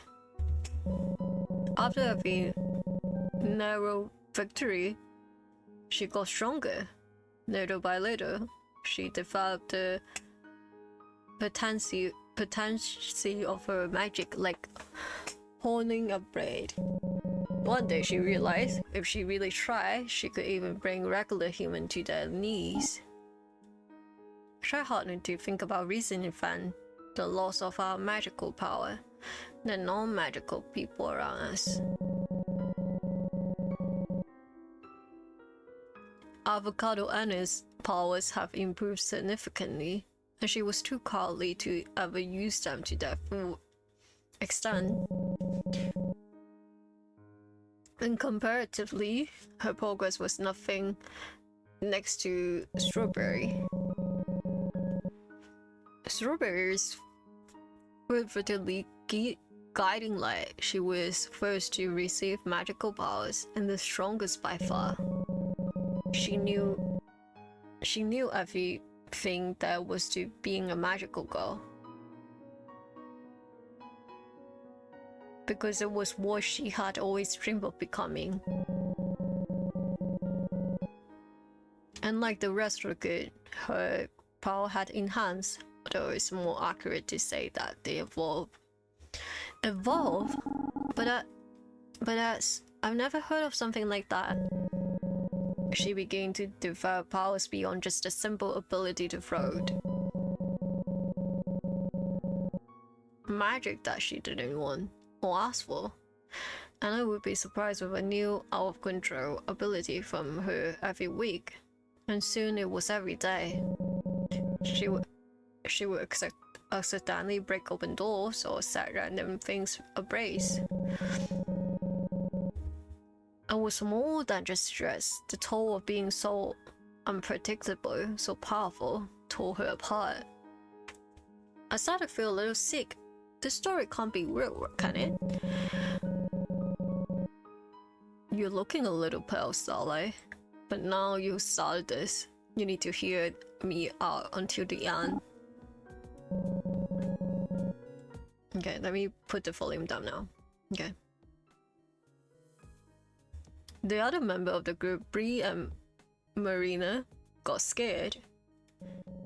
They wondered, what if she really lost control? What if the same thing happened to the rest of the Fatale members? They called for a group intervention at their usual meeting place. This resort cafe that were frequent after school. Annalie's hands balled up into a fist, tightly shaking. Bree insisted it must be work of some evil villain they were unaware of, that such monstrous powers couldn't possibly come from her. Marina just called. She startled every time. Strawberry suddenly broke something and had begun to avoid her at school. They talked about it for hours, trying to come up with a possible solution, until somehow, somewhere along the line, fingers were pointed. Couldn't someone have been more observant about what was happening, what was going on, and stop this? Who introduced them to magic to this first place? Isn't there someone to blame? The whole time they argued, she could never meet their eyes. But she kept that small, nervous smile on her face, no matter how much they questioned her. And at the end of the day, there was nothing to intervene with. None of them could reason with a force they didn't understand. No! All it did was contribute to the pressure she was feeling to fix what was breaking inside of her. No! Eventually, with seemingly no warning, all the guards were in the cafe's shadow. Bree sustained cuts to her hand that would ultimately be minor, but there was blood all over the tables. Marina was terrified and flee from the scene. And you? What happened to Anna? I didn't do anything. There was nothing I could do to fix the damage that had been done, so she walked home by herself that day. And that night, after working hours, there was large eruption inside the cafe. The interior of the building was engraved in a blast of flames and completely collapsed after several minutes. But how? There's no way. That cafe was their haven, one of the few places that they felt safe in, a home for dreams and hopes for the future.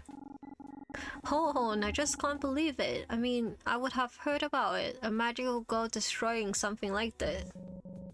General public chuckled into a gas leak. After all, there were no identifying ties to magical activities.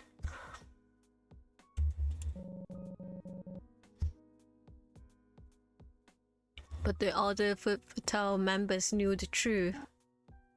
No! The next morning, they confronted her again at the rooftop of Ruby Pub, and that's when, from the outside, she must have looked like an angel, floating in the air, surrounded by blinding light. But in truth, we know she was in agony. She was so upset, calling herself all sort of things, completely engulfed in all types of magical power. I never saw her as a monster, but that's what she keeps saying. And no matter how much I call out to her, it's like she couldn't hear me. Everyone was scared. We all thought we were going to die there, but just wanted all to stop, to end, so I couldn't even look at her face before. Oh no. Annalise come to a halt, unable to continue any further. I can no longer meet her eyes. I can't stop trembling. All I can hear is the gentle lapping of water onto the shore, and the wind blowing through the trees. I've never told anyone, about any of this. And looking at your expression, I'm glad I haven't until now. You look terrified. Annalise Voice cracked a little at the end. I want desperately to prove her wrong, that I'm not scared, that I understand her side of the story, but I'm frozen in place. Amanda isn't all that it's chalked up to be, isn't it? Huh? I think you should go home now, Starlight. It's not safe for you out here. You're scared to death in a deserted park in the middle of the night with someone like me. That's not true. Is that so? Annalie picked her briefcase up to the ground and dusted it off casually. Her expression is stony. I suppose I will be the one to go. Then this will be our last time meeting like this. Do not reach out to me again. No! She's gone. Always freeze up during the most important moments. But I feel extra horrible missing my chance with Annalie.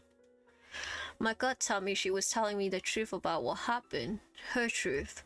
But I have too many unanswered questions.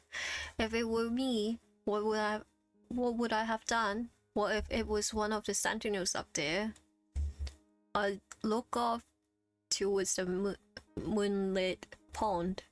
Isn't there anything else I can do for her? No. I spent years thinking about what I should have said in that moment. How I could unfrozen myself.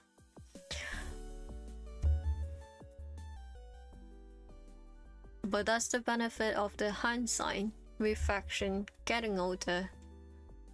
I wasn't ready then to say what I need to say now. But I may never have the chance. She's gone.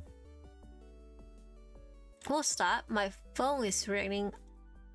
I pick up. Oh my god, it's an iPhone. Hi, hello? Miranda's squeezing next to me. Please, you can put us on speaker. I'm here. Is she confirmed in yet? She should be. How do I do speaker? Look at your phone. Bottom left corner. Hit the button. Hi Jules, can you hear us? What's going on? An intervention, dummy. It's a group call. We all wanted to talk to you. Oh, why? What's going on? Well, we got coffee with Miranda and I the other day. You were a little totally out of it. And when you came by the Golden Glove, I could tell your mind was in the past. I mean, that happens, right? Just some ordinary, not magical, induced 30-something nostalgia. We all know you're still hung up on Annalie. Ara? So tactful. I mean, it's totally natural. It's New Year's Eve, 10 years ago today. So let's get to it, Jules. You need to find Annalie and tell her off. That's not what you agreed to say. Jules, we want to help you to find her. And maybe see if she got any other evil schemes going on. Or maybe she changed. I bet she gotten even more beautiful. Not Jackie. Jackie is so real, honestly. You're all so sweet. I've been thinking a lot about trying to find her. But I have no idea where to start. Try looking on the Facebook. It's just Facebook now. But she's not on there. I don't think she would to advertise where she's been. Oh, princess, you still haven't gotten any better with internet, haven't you? I'm fine with the internet. It's just not fine with me. That is so cute. I have a little treat for you. Check your text. Are you serious? Is this for you? It seems so. I know I trust KJ. It's well shop, isn't it? You should go. If only to tell her I'm still mad at how she used me. Do you want to take my camera? They are so small these days. You can go undercover. Honey, I think she wanted to go as herself to talk it out with Annalie. I love this alternative timeline where they are together. Alright, but you could take my camera and I could give you an earpiece and I think we should let them have privacy. Well, that's no fun. I'm with Lace. You better tell us what happened. We don't even know if she's there. I mean, why would she be there of all place? Are you doubting KJ master hacking abilities? She'd be there. You don't know how much this means to me. Only a few hours until the base closes for New Year's Eve. You should hit the road. Good luck. Don't hold back. Be safe. And we're here for you, no matter what happens.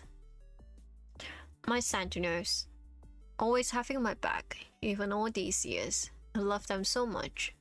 This address, of course, it was under my nose this whole time.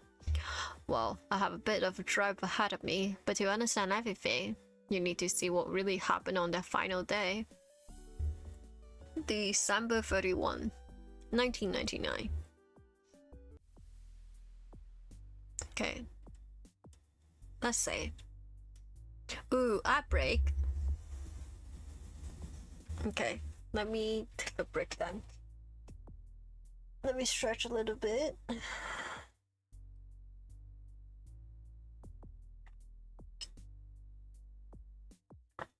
Okay. Oh my god. Wait, let me be right back. Let me put back this bag of chocolate, okay? It will only take me a few seconds.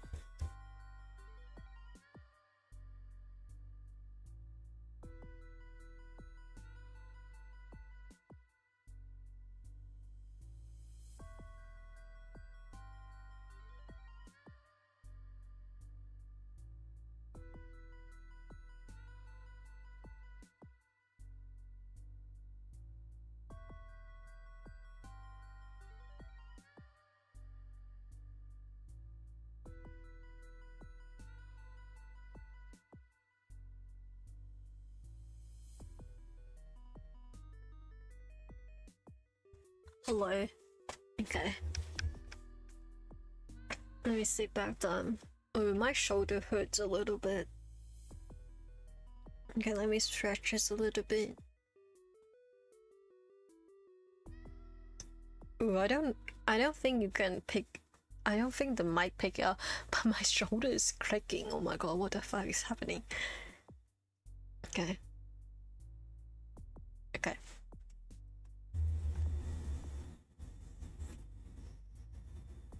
Okay, welcome back. Let us continue. New Year's Eve. These past few days have been a blur. After I got back from meeting Annalise, the Sentinels called me to tell me the news from Liz and KJ breaking the Gamma Pop headquarters. Okay, so in that timeline, Liz and KJ had broken in. And it turns out they show Annalise our culprit guarding the magic disappearing. Not only is she stealing our power, but she is plotting something big and villainous too. They were hesitating to give me all the details. You know something was up. I had no choice but to lay my cards on the table. I've been seeing Annalise on the side. Okay, not the most accurate facing. Definitely earned me some weird looks from one half of the table, and R and KJ yelling at the other end. At least my action achieved a little solidarity between them for the first time ever. I skip out on the nitty-gritty details about Strawberry to save myself and Ellie from even more group scrutiny. That was all I could handle that night. She asked me to call a meeting to discuss what we could do. That was days ago. I hear my phone ringing every once in a while, but I don't know if I can get up the courage to even leave my room. I froze with Annalise and I was freezing up now, letting everybody down, but I just can't. Alistair stared next to me, his head turning towards the front door. Okay, knock knock. Huh? Miranda? and Jackie. Jules, so you were home. Why haven't you been answering our calls? Tell you, Jules totally holds up at home when she gets depressed. I'm not depressed. You are. I'd be depressed too if my super villain girlfriend dumped me. Break up uneasy. I told you guys that was a big misunderstanding. She's just a friend, a confidant. I don't know. Things got really complicated. Obviously. Don't worry about it, Jules. Ara's been very sick about you. We've all been, actually. It's back out here. Out there. We passed by the store you work at. It's on fire. Literally. Under normal circumstances, I'd cheer at the thought of my workplace in flames, but after what Annalie told me about Food Fatale Cafe... Sorry, there's just been a ton on my mind. Do you find out Annalie's friend? That's what we've been trying to call you about. Yeah, so your CEO girlfriend has been up all sorts of shady stuff. Ara fills me in about details of what happened. Annalie wasn't just stealing our power, but stealing money from the sentimentally lying too. All the profit was supposed to go to a charity of our choice, but according to KJ, the cash from the pre-orders were filtering into some offshore account. I got too frustrated to continue, so Jackie picked up the slack and told me about the website confirming Annalie's association of Food Fatale, something I knew already. But what I didn't know is that Annalie would be waiting on the rooftop of Glamour Pop headquarters for a self-proclaimed New Year's Eve party. Presuming waiting for Ara and the other Sentinel to challenge her on everything regarding the makeup line. And that's it. I wish you could been with us last night though. KJ and Liz were hyped up. They just pulled off a big heist. Liz was on the brink of switching career from makeup assistant to professional spy. Okay, I kinda regret not leaving the house. Listen, I had my reason. I was engrossed in research. That sounds promising. I'm encouraged by Miranda's warm smile. Well, get your butt dressed and bring that research with you. Two, KJ and Liz were scooping out the Glamour Pop rooftop for cruise. We told them we all meet up and decide what to do next. We need you, Jules. Miranda looks pointedly at Ara. Even though I'm doing a great job at guiding and inspiring the team, we probably need our Princess Starlight. You definitely need her. I could cry. In fact, I promise to meet them soon, just so I usher them out before I do.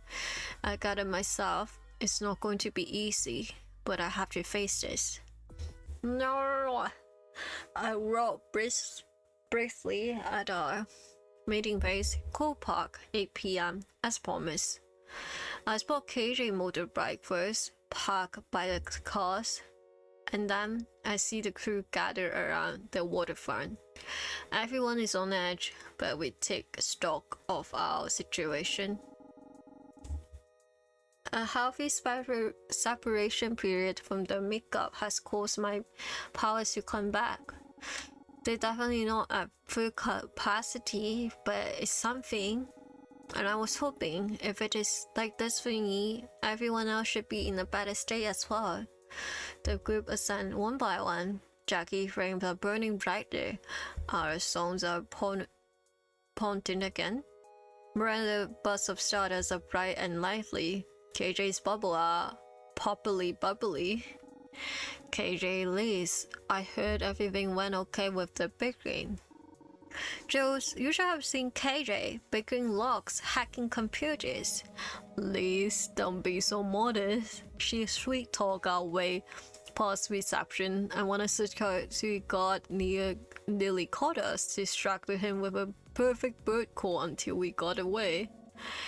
They won't stop talking about it. Alright, you two, your criminal mastermind duo can't wait. It's quiet for a moment.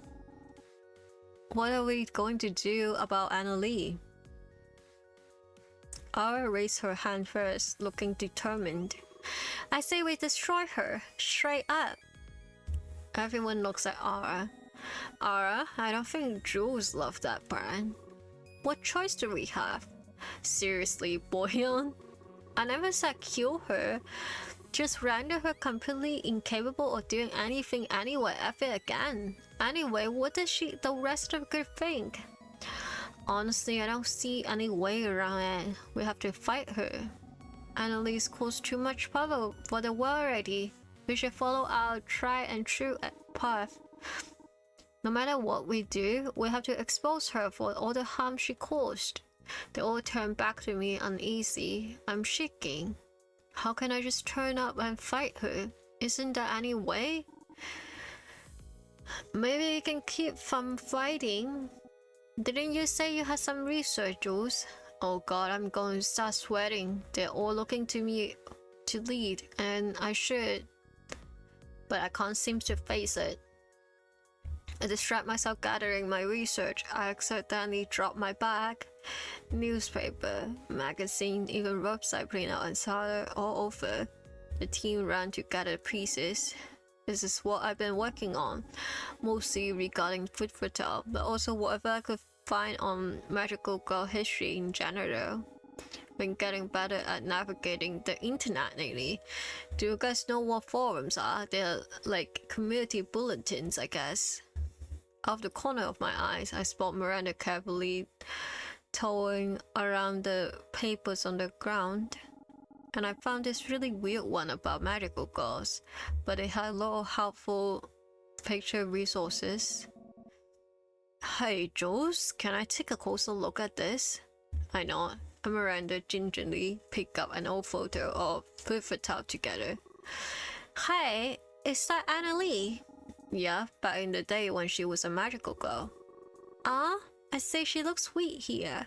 If she wasn't such a... Annalie is not what I'm looking at. Huh? Jackie wandered over too, peering over our shoulder and squinting hard. Is that? That girl too? Oh my god, what is happening? How did I not see it before? The idea hit me suddenly and vividly. I know what we need to do. We need to work fast if this is going to work. Do you trust me? We will follow our lead here. We trust you. Yeah, even I can agree to that. If only to make sure we do something. I will follow your lead, princess. I'll be here to support you all and do my part, no matter what. I won't let you guys down. You can count on us regular folk as well. Okay. Gather around, there's not much time. I climbed the stairway of Glamour Pop headquarters up to the roof level. Just as we predicted, there was no sign of any New Year's Eve party like Annalie had told Ara. Even security had been sent home, so KJ had to pick some more locks. I know this might sound weird, but can you guys trust me to handle this on my own? There's some pushback, mostly about staying together and how it would be safer. But I stick to my guns. I promise to call the Sentinels for backup if need to be. Eventually, I reached the top and pushed open the door to find. In the distance, I see a dark figure standing by the edge. They turn around to the stairway door slam closed. Annalie. Jules. Ugh, I knew you were stubborn, but I had hoped you wouldn't continue pester me after everything that happened. Pester you? I'm here to stop you. Be honest with me for once. You're not just planning to resign from Glamour Pop, you're stealing money and trying to escape God knows where the entire city burns. Don't say I didn't warn you. Best to keep your distance, like you did in the park. I'm capable of even worse. You're being unfair. I barely had a moment to process before you walk away, and this conversation is far from over. Start with telling me why. I deserve that at least. Why use the sentinels like this? Why throw our homes into chaos? Annalie gazed over for a moment, as if lost in memory, an eerie look and yet somehow familiar. I thought that you would understand, of all people. All I can do is remember the gory days, the days where I tried my best to follow her lead, and use my magic for the sake of others. But when I try to move on, I can't stand the life I've been given. For people like us, there's no life after magic. She said the thing. Before she can continue, the rooftop door swing open behind me. I turn around to see... Oh my god. Wait, guys. Who is the purple hair girlie? She's like... she's like exactly my type. Oh my god. Oh my god. Wait, I love that design. That is so cute. Wait, that is so cute. The two women ran up to us from the doorway, one blonde and in person looking absolutely furious at Annalie. Oi, Anna! That's enough. I'm tired of listening on this mopey bullshit.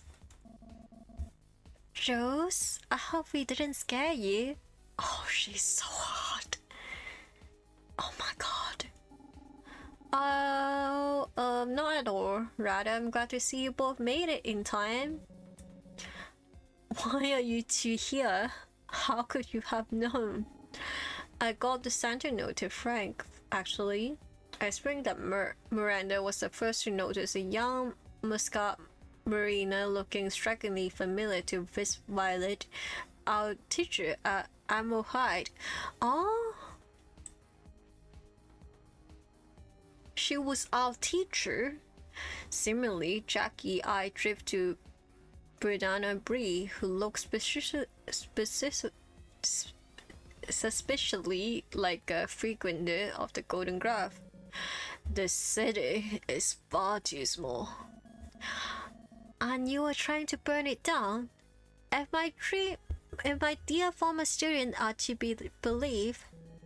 Listen, Anna. Marina and I can't stand to hear you crying about how you have no reason to stay in Diamond Cove. There's no future for people like us. You and her weren't the only member of Food for Tell. I've tried for years to get in contact with you. Before, you didn't want to talk to us, and maybe that's still true, but we're here anyway. There's no way that this is my teacher. There's no way that she's older than me. What?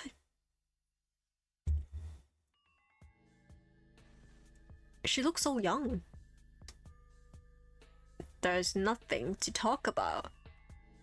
Annalise closed her head slightly. Oh, don't tell me you like to play catch up with her killer. Bree and Marina draw back, looking august. Something tells me this isn't where we were hoping to steer the conversation. Who said anything about killing? Damn it. Please don't tell me that's still what you think will happen after all these years. I'm going to tell you this one last time. That day when she lost control of her powers, she would smile at us through the pain. Bree, not this. And I've told Marina over and over. I saw it. She fell because she made a choice. She did it to protect us. Seriously? She couldn't have control over what was happening, not at the end. Can't we just accept it was out of her hand instead of blaming ourselves for her death or making up story to make us feel better? Speak for yourself, Marina. She was strong. She would never give up on us. And I know she wouldn't give up on herself either, which makes my action even more despicable. So, you're still on this self-destruct crap. How do you think that would make her feel? You're betraying her sacrifice. You're both trying to make this into something it's not. It was an accident. And don't tell me about what she would have wanted. We should grieve. We also need to live our lives. Isn't there anything I can do to stop this whirlwind of argument? I brought Bree and Marina here because I thought they could help. The only thing I've done is push Annalie into a corner. In the end, I still can't do anything right. I stare at the ground, sweaty hand bunch up in my skirt, thoughts racing, and out of the corner of my eye, I see green sparks. Deny the truth all you want, but I know what happened. I know what I am. I'm going to make sure what happened to her will never happen again, even if...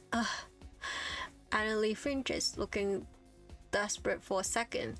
The sheer force of her magical power completely overwhelmed me, as the air around us is charged with energy. Bree is frozen in place where Marina dropped the ground with her head in her hands. No, it can't be. Annalie, please, let us put a stop to this. This has to be another way. She doesn't hear me, not while the green light crackles around her, and treats away the Annalie that I know.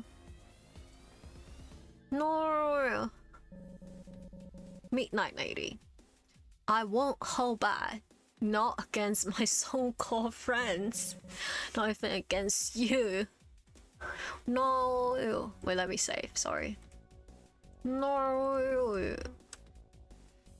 Do you guys see the title? If evil, why hot? Bree holds her fist out and begins to charge, but is quickly brought to her knees as her energy is drained away. Fuck, Hannah. What's wrong with you? A crack of green light, and Bree is knocked back into Marina's arms. No. She's a monster. It's all happening again, and there's nothing I can do. It's now or never, Starlight. Better call the rest of your sentinel brats, unless you have already given up. I think about doing so, but stop myself. Is a threat really how I wanted to handle this? I won't. I'm not going to fight with you. I'm not backing down or calling for help either. And still talk this out. What a fool. Have it your way then. Oh no, oh fuck. This isn't you. Wait, let me do this. I need to do this. This isn't you. Please, you don't have to do this. I know that you never wanted to hurt anybody. Oh, and how can you claim that so definitely? The Annalie I know is considerate, like ridiculous so. She buy 3 separate dinner for our first date. A day? Please, I was just trying to pry information out of you. Midnight Lady assault magical power from Sentinel Starlight. No! You were a good person.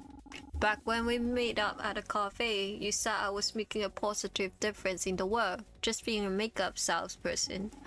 That meant the world to me. I know you wanted to make a positive difference too.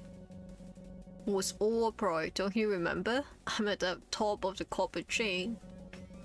Think about who stand to benefit by keeping you at work. You would believe me. She used dark dissection. No! Think about what we have. Damn, this is really starting to hurt.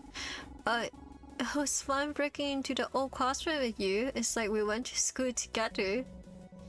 Our school days couldn't be more different. You think you had it bad? Don't talk to me about shared experience. You have never lost anything like I have. No, I'm going to die. You mean something to me? I'm nearing the end of a rope. If this doesn't work, I don't know what will happen next. I wish you had stuck around longer at the park that night. I wanted to tell you how I really feel about that you were faced with a horrible situation, that I want to tell you that it was alright. I wanted to tell you I accept what happened. I accept you. Shut up. No! I'm completely at my limit, but somehow I'm still standing. Come on, Annalie. Why won't you heal yourself? Attack me. Call upon the sentinels. Do something. I don't want to use my powers on you. Not after everything you have taught me. Wouldn't you agree that everything you've done tonight is not who you really are or what you believe in? Our magic isn't for hurting people.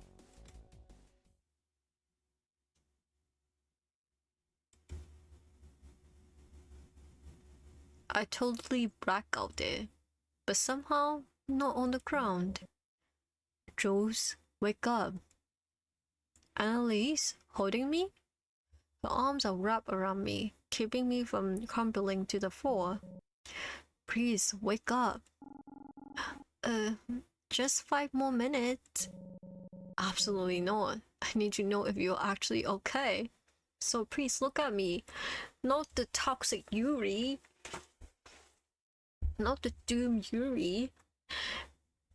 Annalise actually sounds concerned and tried to boot. She's shaking me, which doesn't make for the romantic embrace that I hoped for a week ago, but I'm still okay with it. By the way, there's no music right now. That's why. Fine. You got me awake. Looks like you got him back to normal. Your little act was completely idiotic. What were you thinking? But it made me realize something. I don't think I can stomach cutting down another person that's important to me. I'm important to her? I boxed in that for a moment until I realized we are not the only two on the rooftop. Holy shit, Anna, that was absolutely horrifying and traumatic on so many levels. I know, I'm sorry, I really am. The truth is, I care about you both. I stayed away because I was afraid I would hurt you somehow, but I went up doing exactly that. But I didn't expect that I can reconcile with you all about what really happened with her. To be frank, seeing all you again pushed me over to the brink. I look over to Brie and Marina, expecting silence or Anna, but now you're actually talking to me, us. Anna, I haven't heard you say something that general in a long time. I appreciate it. Seriously, I want to be in your life. You're right, honestly. You're both too good around someone like me. Oh my god, please shut up. You've been a complete pain in the ass tonight, but you are like a sister to me. A stuck-up, prissy, estranged for years and years idiot of a sister. Bree grabbed Annalise by the shoulder and started joisting her around. Annalise had gone completely red in the face, but she didn't look as angry as usual. Get off me. I have very important things to do right now. I'll have you know. Marina stepped forward after Bree let go, gracefully taking hold of Annalise's hands. While I can't exactly approve of what's happened here today, in the end, it doesn't matter that much to me, not when I miss you so much. Remember all that conversation we would have together? Sometimes little, sometimes deep, the girlhood camera. We can start over again. Start over and do it all again if that's what you like. I miss you too, Marina. Your kindness and wisdom is something I've clearly needed in the past few years. I gave them that moment until Annalise breaks apart and marches away with a serious expression. Clear the roof and go inform the sentinel members of the situation. I need to make some call to deal with this situation. I need a few minutes alone. I perk up. And Annalise going to fix everything then? This whole time it's really been that easy? The power of love, guys. The power of love. The power of the Yuri. The power of the gayness. It saved us. I nod a motion to leave room. Marina agreed. Stay put, Jules. But your super secret phone calls? I need you here with me for the course. After all the years, all the times I spent with her, I started to realize that Annalise is a horrible liar. Sure. Marina and Bree looked pointedly at me. And then Annalise, and then me again. I see. Take your time. The hell's going on with Dippy? Not evil, still hot. Marina grabbed Bree's arm, guiding her towards the rooftop staircase, and closed the door with a slam. Annalise motioned for me to come forward. I joined her to look out at the sky. Not a bad feel, huh? Right? I used to come up here after an all-nighter, back when I was on the lower rank of the grammar board. Yeah, it's hard to me to picture an Annalise that not at the top of the corporate food chain. Call me Anna. And Anna? God, why do I feel so embarrassed about that? I'm probably done for when it comes for business or even life in Diamond Cove. Not like I really mind. Okay, break. Let's just take a little break, okay? I really like the kind of like a sunset view that we have now. I guess this is like kind of like a not sunset, like sunrise. It's so pretty. Love the purple.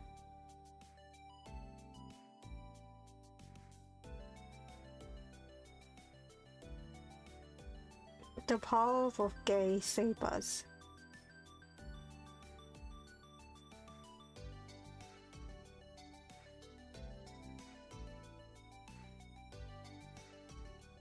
Okay.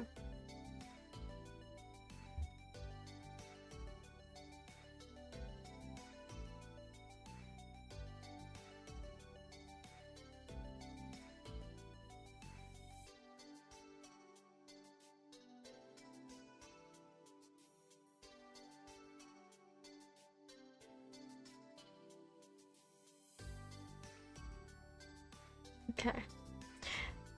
I like it too. Yeah, it's very pretty. I really like it.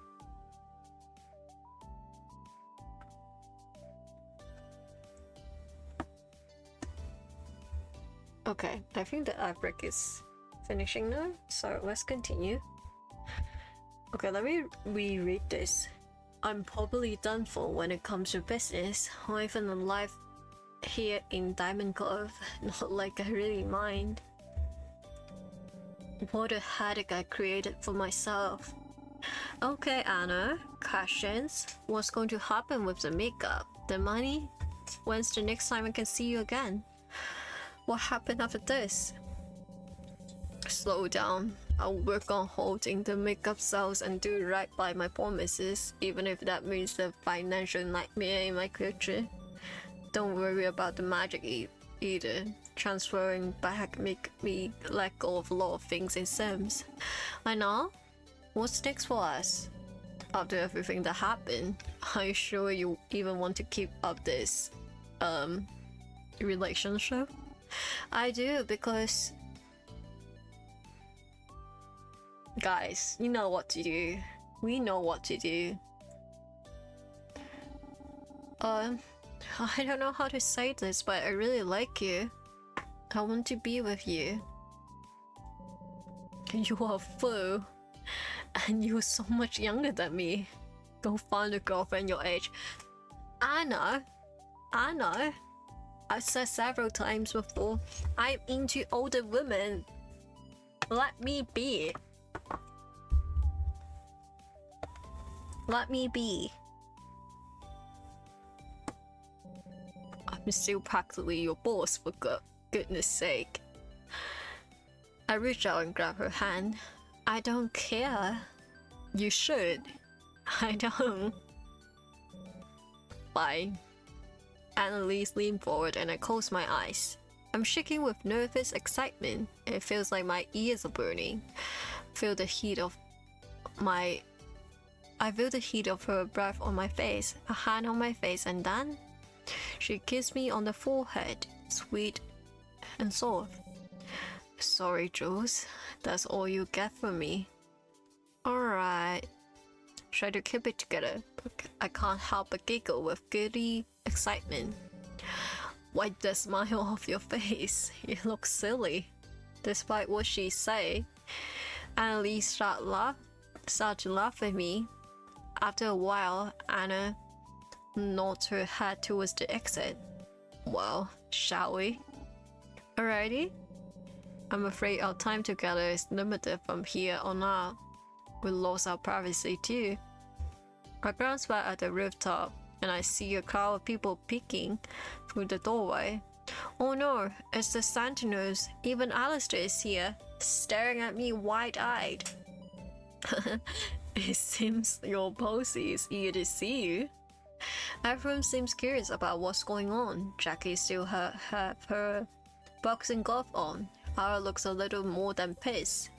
At least Miranda and KJ seem supportive, with Miranda smiling softly and KJ grinning and giving me a thumbs up. Liz whipped her camera away and hid behind her back. Marina is gently clinging to Bree's arm, pulling her back to give the Sentinel some space. I practically skipped towards them, full of relief, until I remember that I'm still recovering from a very full magical breakdown. My friends circle me, supportive and concerned. I do my best to give them reassurance about what happened, and that there's no need for fright.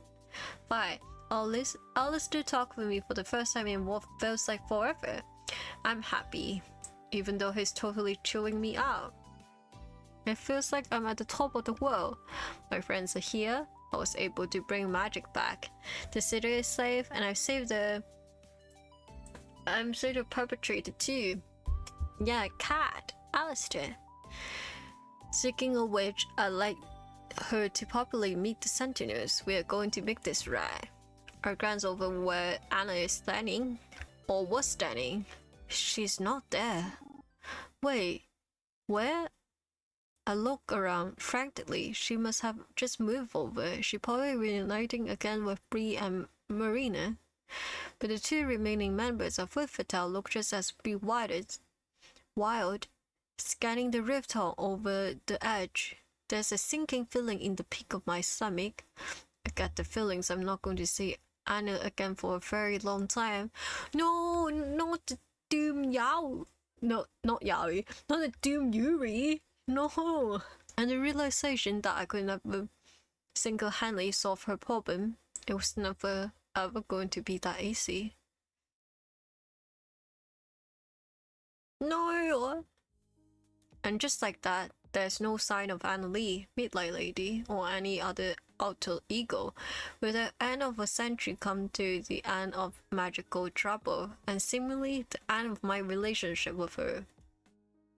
Let me pull up the...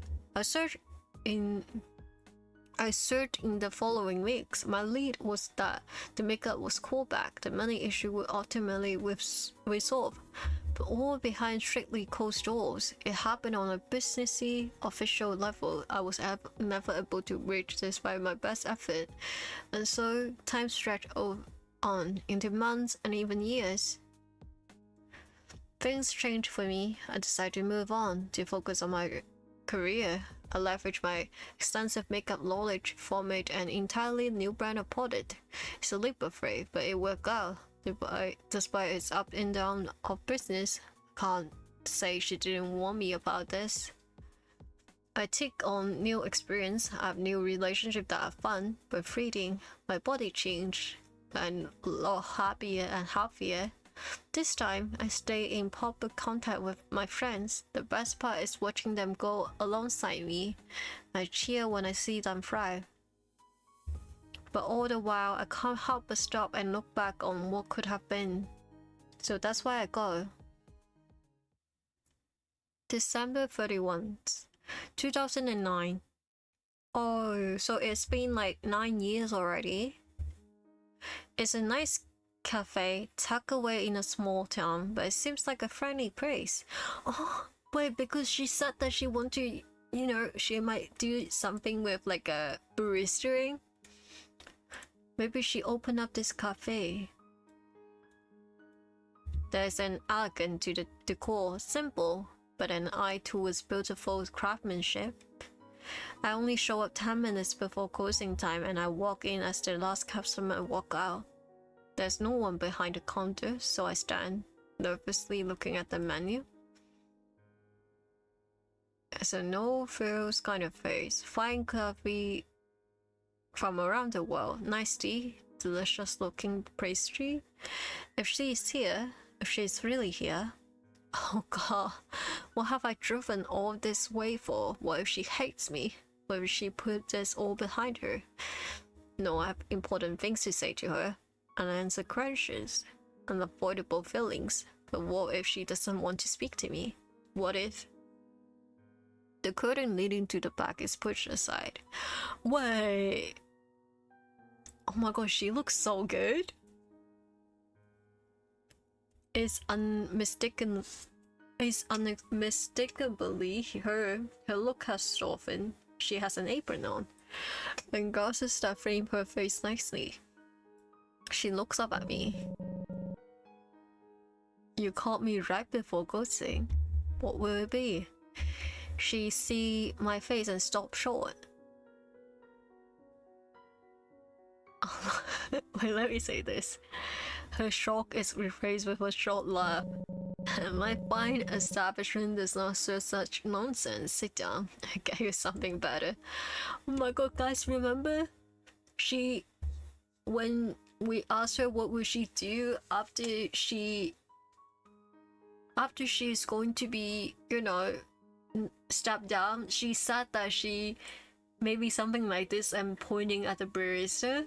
And then we told her she can do anything she wants. And now she opened up a cafe. No, my heart. She gets right to work on my drink. I sat down at a comfy table nearby and watched her move around with grace and expertise. It's a quiet moment, enough for us both to gather our thoughts. Then she sits down opposite of me with a drink of her own and a scone. Since you always love sweets. She hesitated. She even looks nervous.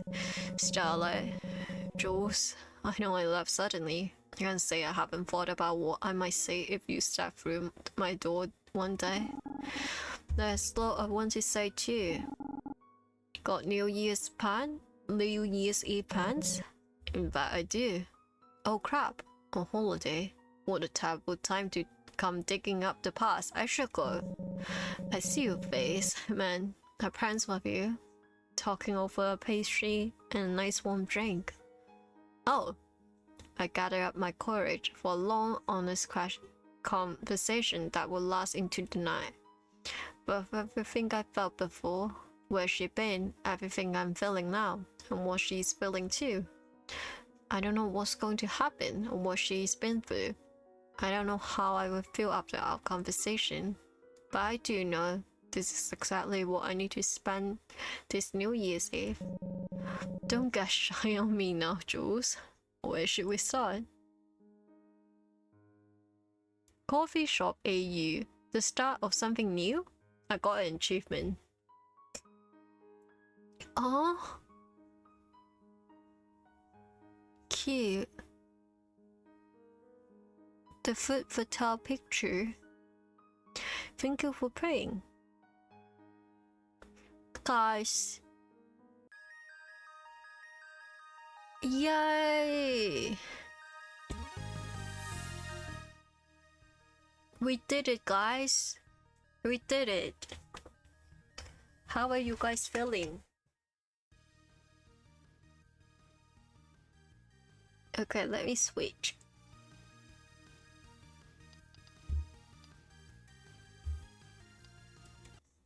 Oh, that's cute.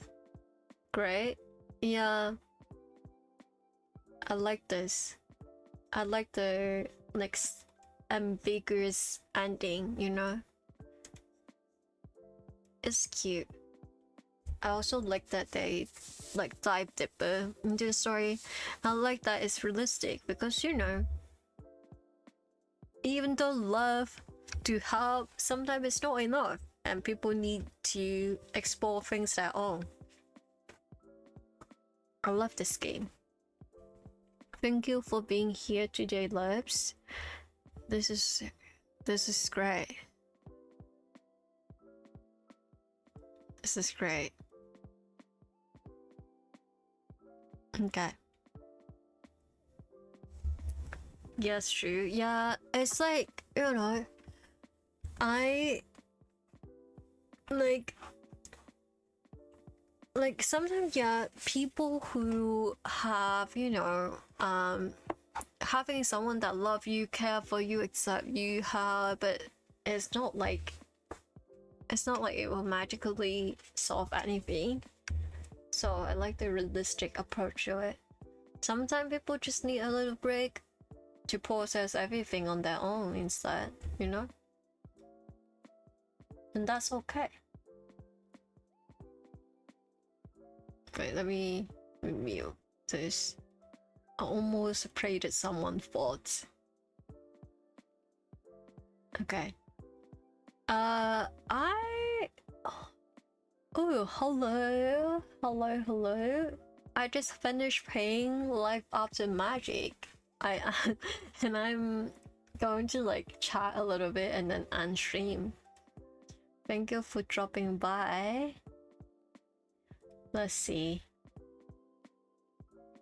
But tomorrow, wait, let me check the time again. Tomorrow I'm streaming since I moved the stream to tomorrow, like my Friday stream to tomorrow. So I will be streaming on Sunday, 11 p.m. JST, 2 p.m. GMT, and 10 a.m. EST. And I'm playing Purgatory. And if I'm going to be honest, I'm a little nervous about playing it. Like, I do know that people have said that this game is like about like death and grief, but it's like a cute way that they dealt with it, and I heard a lot of good things about it. But God, guys, I just I'm terrible at like dealing with grief and stuff like that, so maybe I will cry, especially since it's like Mother's Day and stuff like that, so I might be crying. But Purgatory is like a free game that you can play on Steam. I think they might be on other platforms too, but I know this game from Steam, and also Life After Magic is on Steam free as well. And the thing is, Purgatory, the cast of it, they are mostly LGBTQ plus, and also another thing is they have a lot of cat puns. So when I was saying Purgatory, this is how it is spelled. This is the way it is spelled. So I hope everyone can be here tomorrow. If not, no worries, but just, you know, I would love if you can join to explore this with me. I have heard about this game before, but I never play it myself and I never watch anything about it. So I'm looking forward to actually playing it now. It's like the game is like in like a hand draw style, so it's like really cute, and I'm looking forward to it. And let's see, and yeah, they have like multiple endings, and I think the stream, it was said that the game lasts like 3 to 5 hours. I think it might depend on the ending you end up getting, but yeah, that's the thing. So I probably won't raid anyone today. Let's see. I probably won't. I'm not gonna lie, I'm like so tired. I think I'm not used to streaming. Also, I haven't been sleeping that well, so so my energy is not like as well.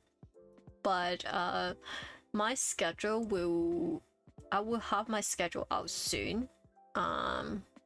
After tomorrow, of course, but expect it to be a little bit like this week episode, but I might have, let's see, yeah, probably around like this week's schedule. Oh my god, law reading. Do you like the notification? You bestowed the power of law to me. Okay, let me read the law and then I will end stream. This time I didn't forget the law reading.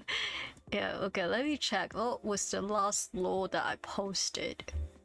Or I read. Okay, this is it. Okay. Okay, let me read the other one. Let me read the next one. Okay. This one is very short though. So next stream, feel free to redeem again. Or if you want to wait, sure. But okay, let me collect myself. But let me stop the music actually. Because it's like, you know, the music is too happy. Okay. I'm starting now. Something is wrong.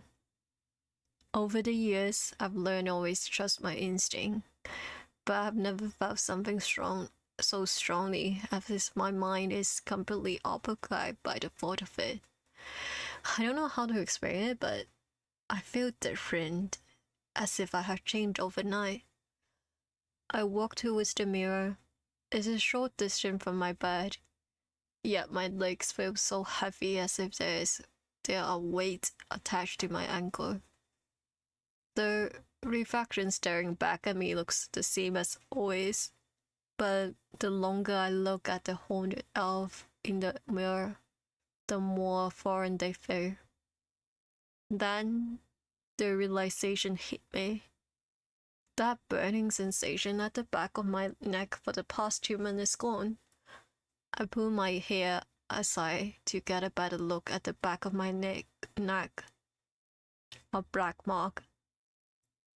Fuck. I curse under my breath. The mark is moving, screaming like a trapped beast in a cage. I close my eye and reopen them, trying to wake up from this nightmare. But when I open my eyes again, I start to realize the mark was not some horrible curse that was laid upon me. It was some sort of tattoo. I have seen elves that are born with marking, but every fiber of my being seems to hate the ones on me. Got to talk to Jam. She will know what to do. We will figure this out together. I repeatedly reassure myself in my head while walking out of my house. But deep down, I know my gut will never lie to me. So, this is the end of the chapter. Okay, let me post this law. But I don't know, can people tell what is happening? I just posted it in the law channel, but like for the text version, but if you look back at some of the things that I have said about myself in the previous chapter and the way I have actually said about me, for example, my description, about my heritage, versus the description in the law, you can probably sense that there's something wrong or differences. And so, you know, feel free to like speculate in the law channel. But I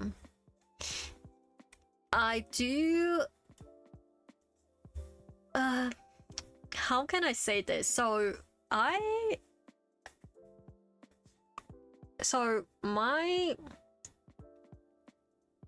the law about like Jules as a character is already like fixed in place in like it's almost like if I'm like saying it back, it's like a memory of what they thought about back then. It's not like a thing that happened recently. So yeah, so if you ever question the timeline of these things, they are things that happen already to me, so it's not like a ongoing thing.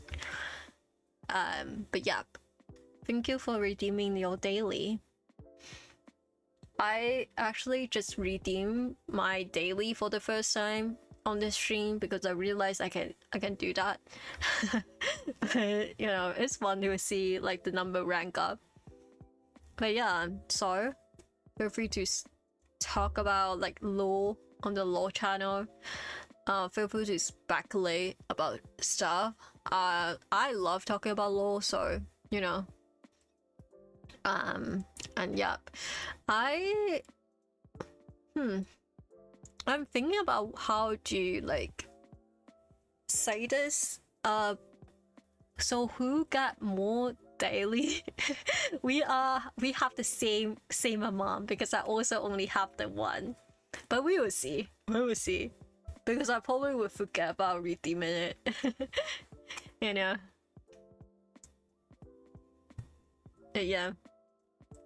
I kind of like, I have thought about getting art of like Jammer and Jules when they were younger before, but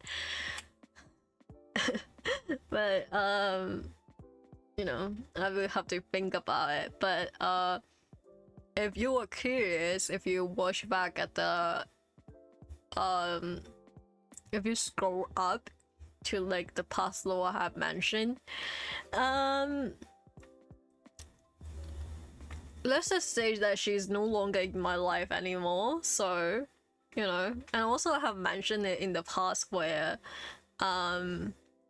in I think it's one of the reasons Stardew Valley expanded stream, I have made a comment about how Penny with the seasonal outfit mod, she looks a bit like Gemma in a way, so I can imagine what she looks like a redhead with freckles. And also I have mentioned about like kind of like some description about her in the past. But yeah, I hope that people can get that what is happening right now. But let's just say I had a rough life.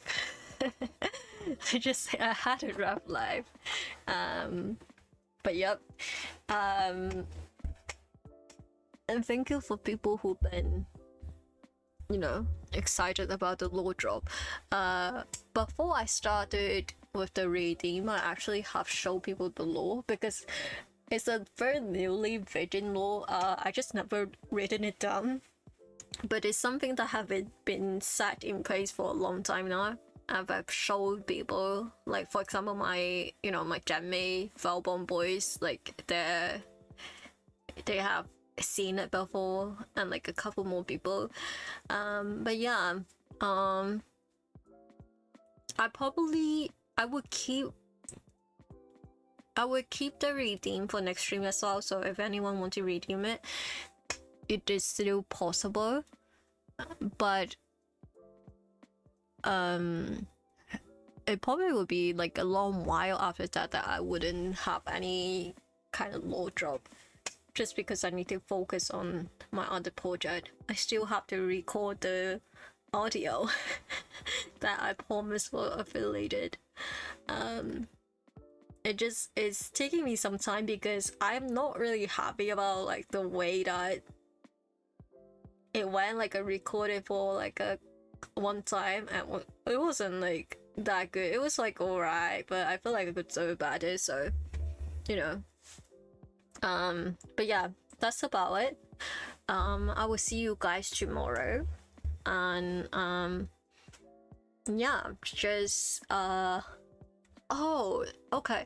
Also, I recently was approached this, so someone have asked me about like my rules about like art, like fan art. I should probably like one day I should do like a stream about it. Maybe one day I can do like a web fishing stream while I talk about it. But I can briefly say that I don't really mind any kind of like art that you were getting of me. Like if you like draw fan art of me, or if we commission someone, it's totally fine as long as you are giving them credit. My only limit is that if you do not know me personally, don't like draw your OC and me like doing romantic stuff. It's okay to do like a kind of like a self-insert art, but no romantic stuff. If we don't know each other, I guess, in a way, or you haven't asked me about it. But other than that, if you want to draw me with some fucking stranger making out, like a hot person making out, absolutely fine. Or like, you know, what's it called, like a game character that I have set up, like, it's fine. Just no ship art between viewers and me if I don't know you personally and you haven't asked me. But that's it. They are the ads again, yeah. It's fine. And then what else? I'm okay with putting me in a dress. It's fine. Yeah, it's totally fine. Just because you know, it's more of a character. So yeah, it's fine if you like, I don't know, draw me in like in a pretty dress, like it's fine. But I would say that for overall, I don't really have a like hard limit on like things that people can't draw about me, other than like don't draw like any like, you know, self-harm and stuff like that, just for the sake of it, like the sake of it. Yeah, that's about it. Okay, let me wait for the ad to pause. But I have so, god, it's so difficult because I want to get so many arts, but then I'm also like, no, I should be mindful, because, you know, I have like a million idea, and if at this rate I'm going to be like commissioning every person, so I have limited myself. If I'm commissioning, I will only do like people who I'm friends with, like recently, like that recently, that is like my rule. But yeah, fan art is fine. It's totally fine. I'm more than happy. You know, every time I receive like some sort of art about me, even though if it is like just a random drawing that you draw on a piece of paper, I will like fucking save that shit so quickly. And I have a folder on my PC. It's about it, so appreciate it. Just I've said this before, I don't support AI at work, so no generative AI work. But that's about it. Sorry. But maybe next week I can do like a web fishing stream, where I go through like while I talk about like these things while fishing, you know. But yeah. Yeah, that's about it. I will be ending stream now, and I will see you guys tomorrow. Thank you for watching today, loves. Thank you for streaming, and thank you for being here. I am so glad that I decided to play Life After Magic on stream. So yeah, bye everyone. See you tomorrow. Bye.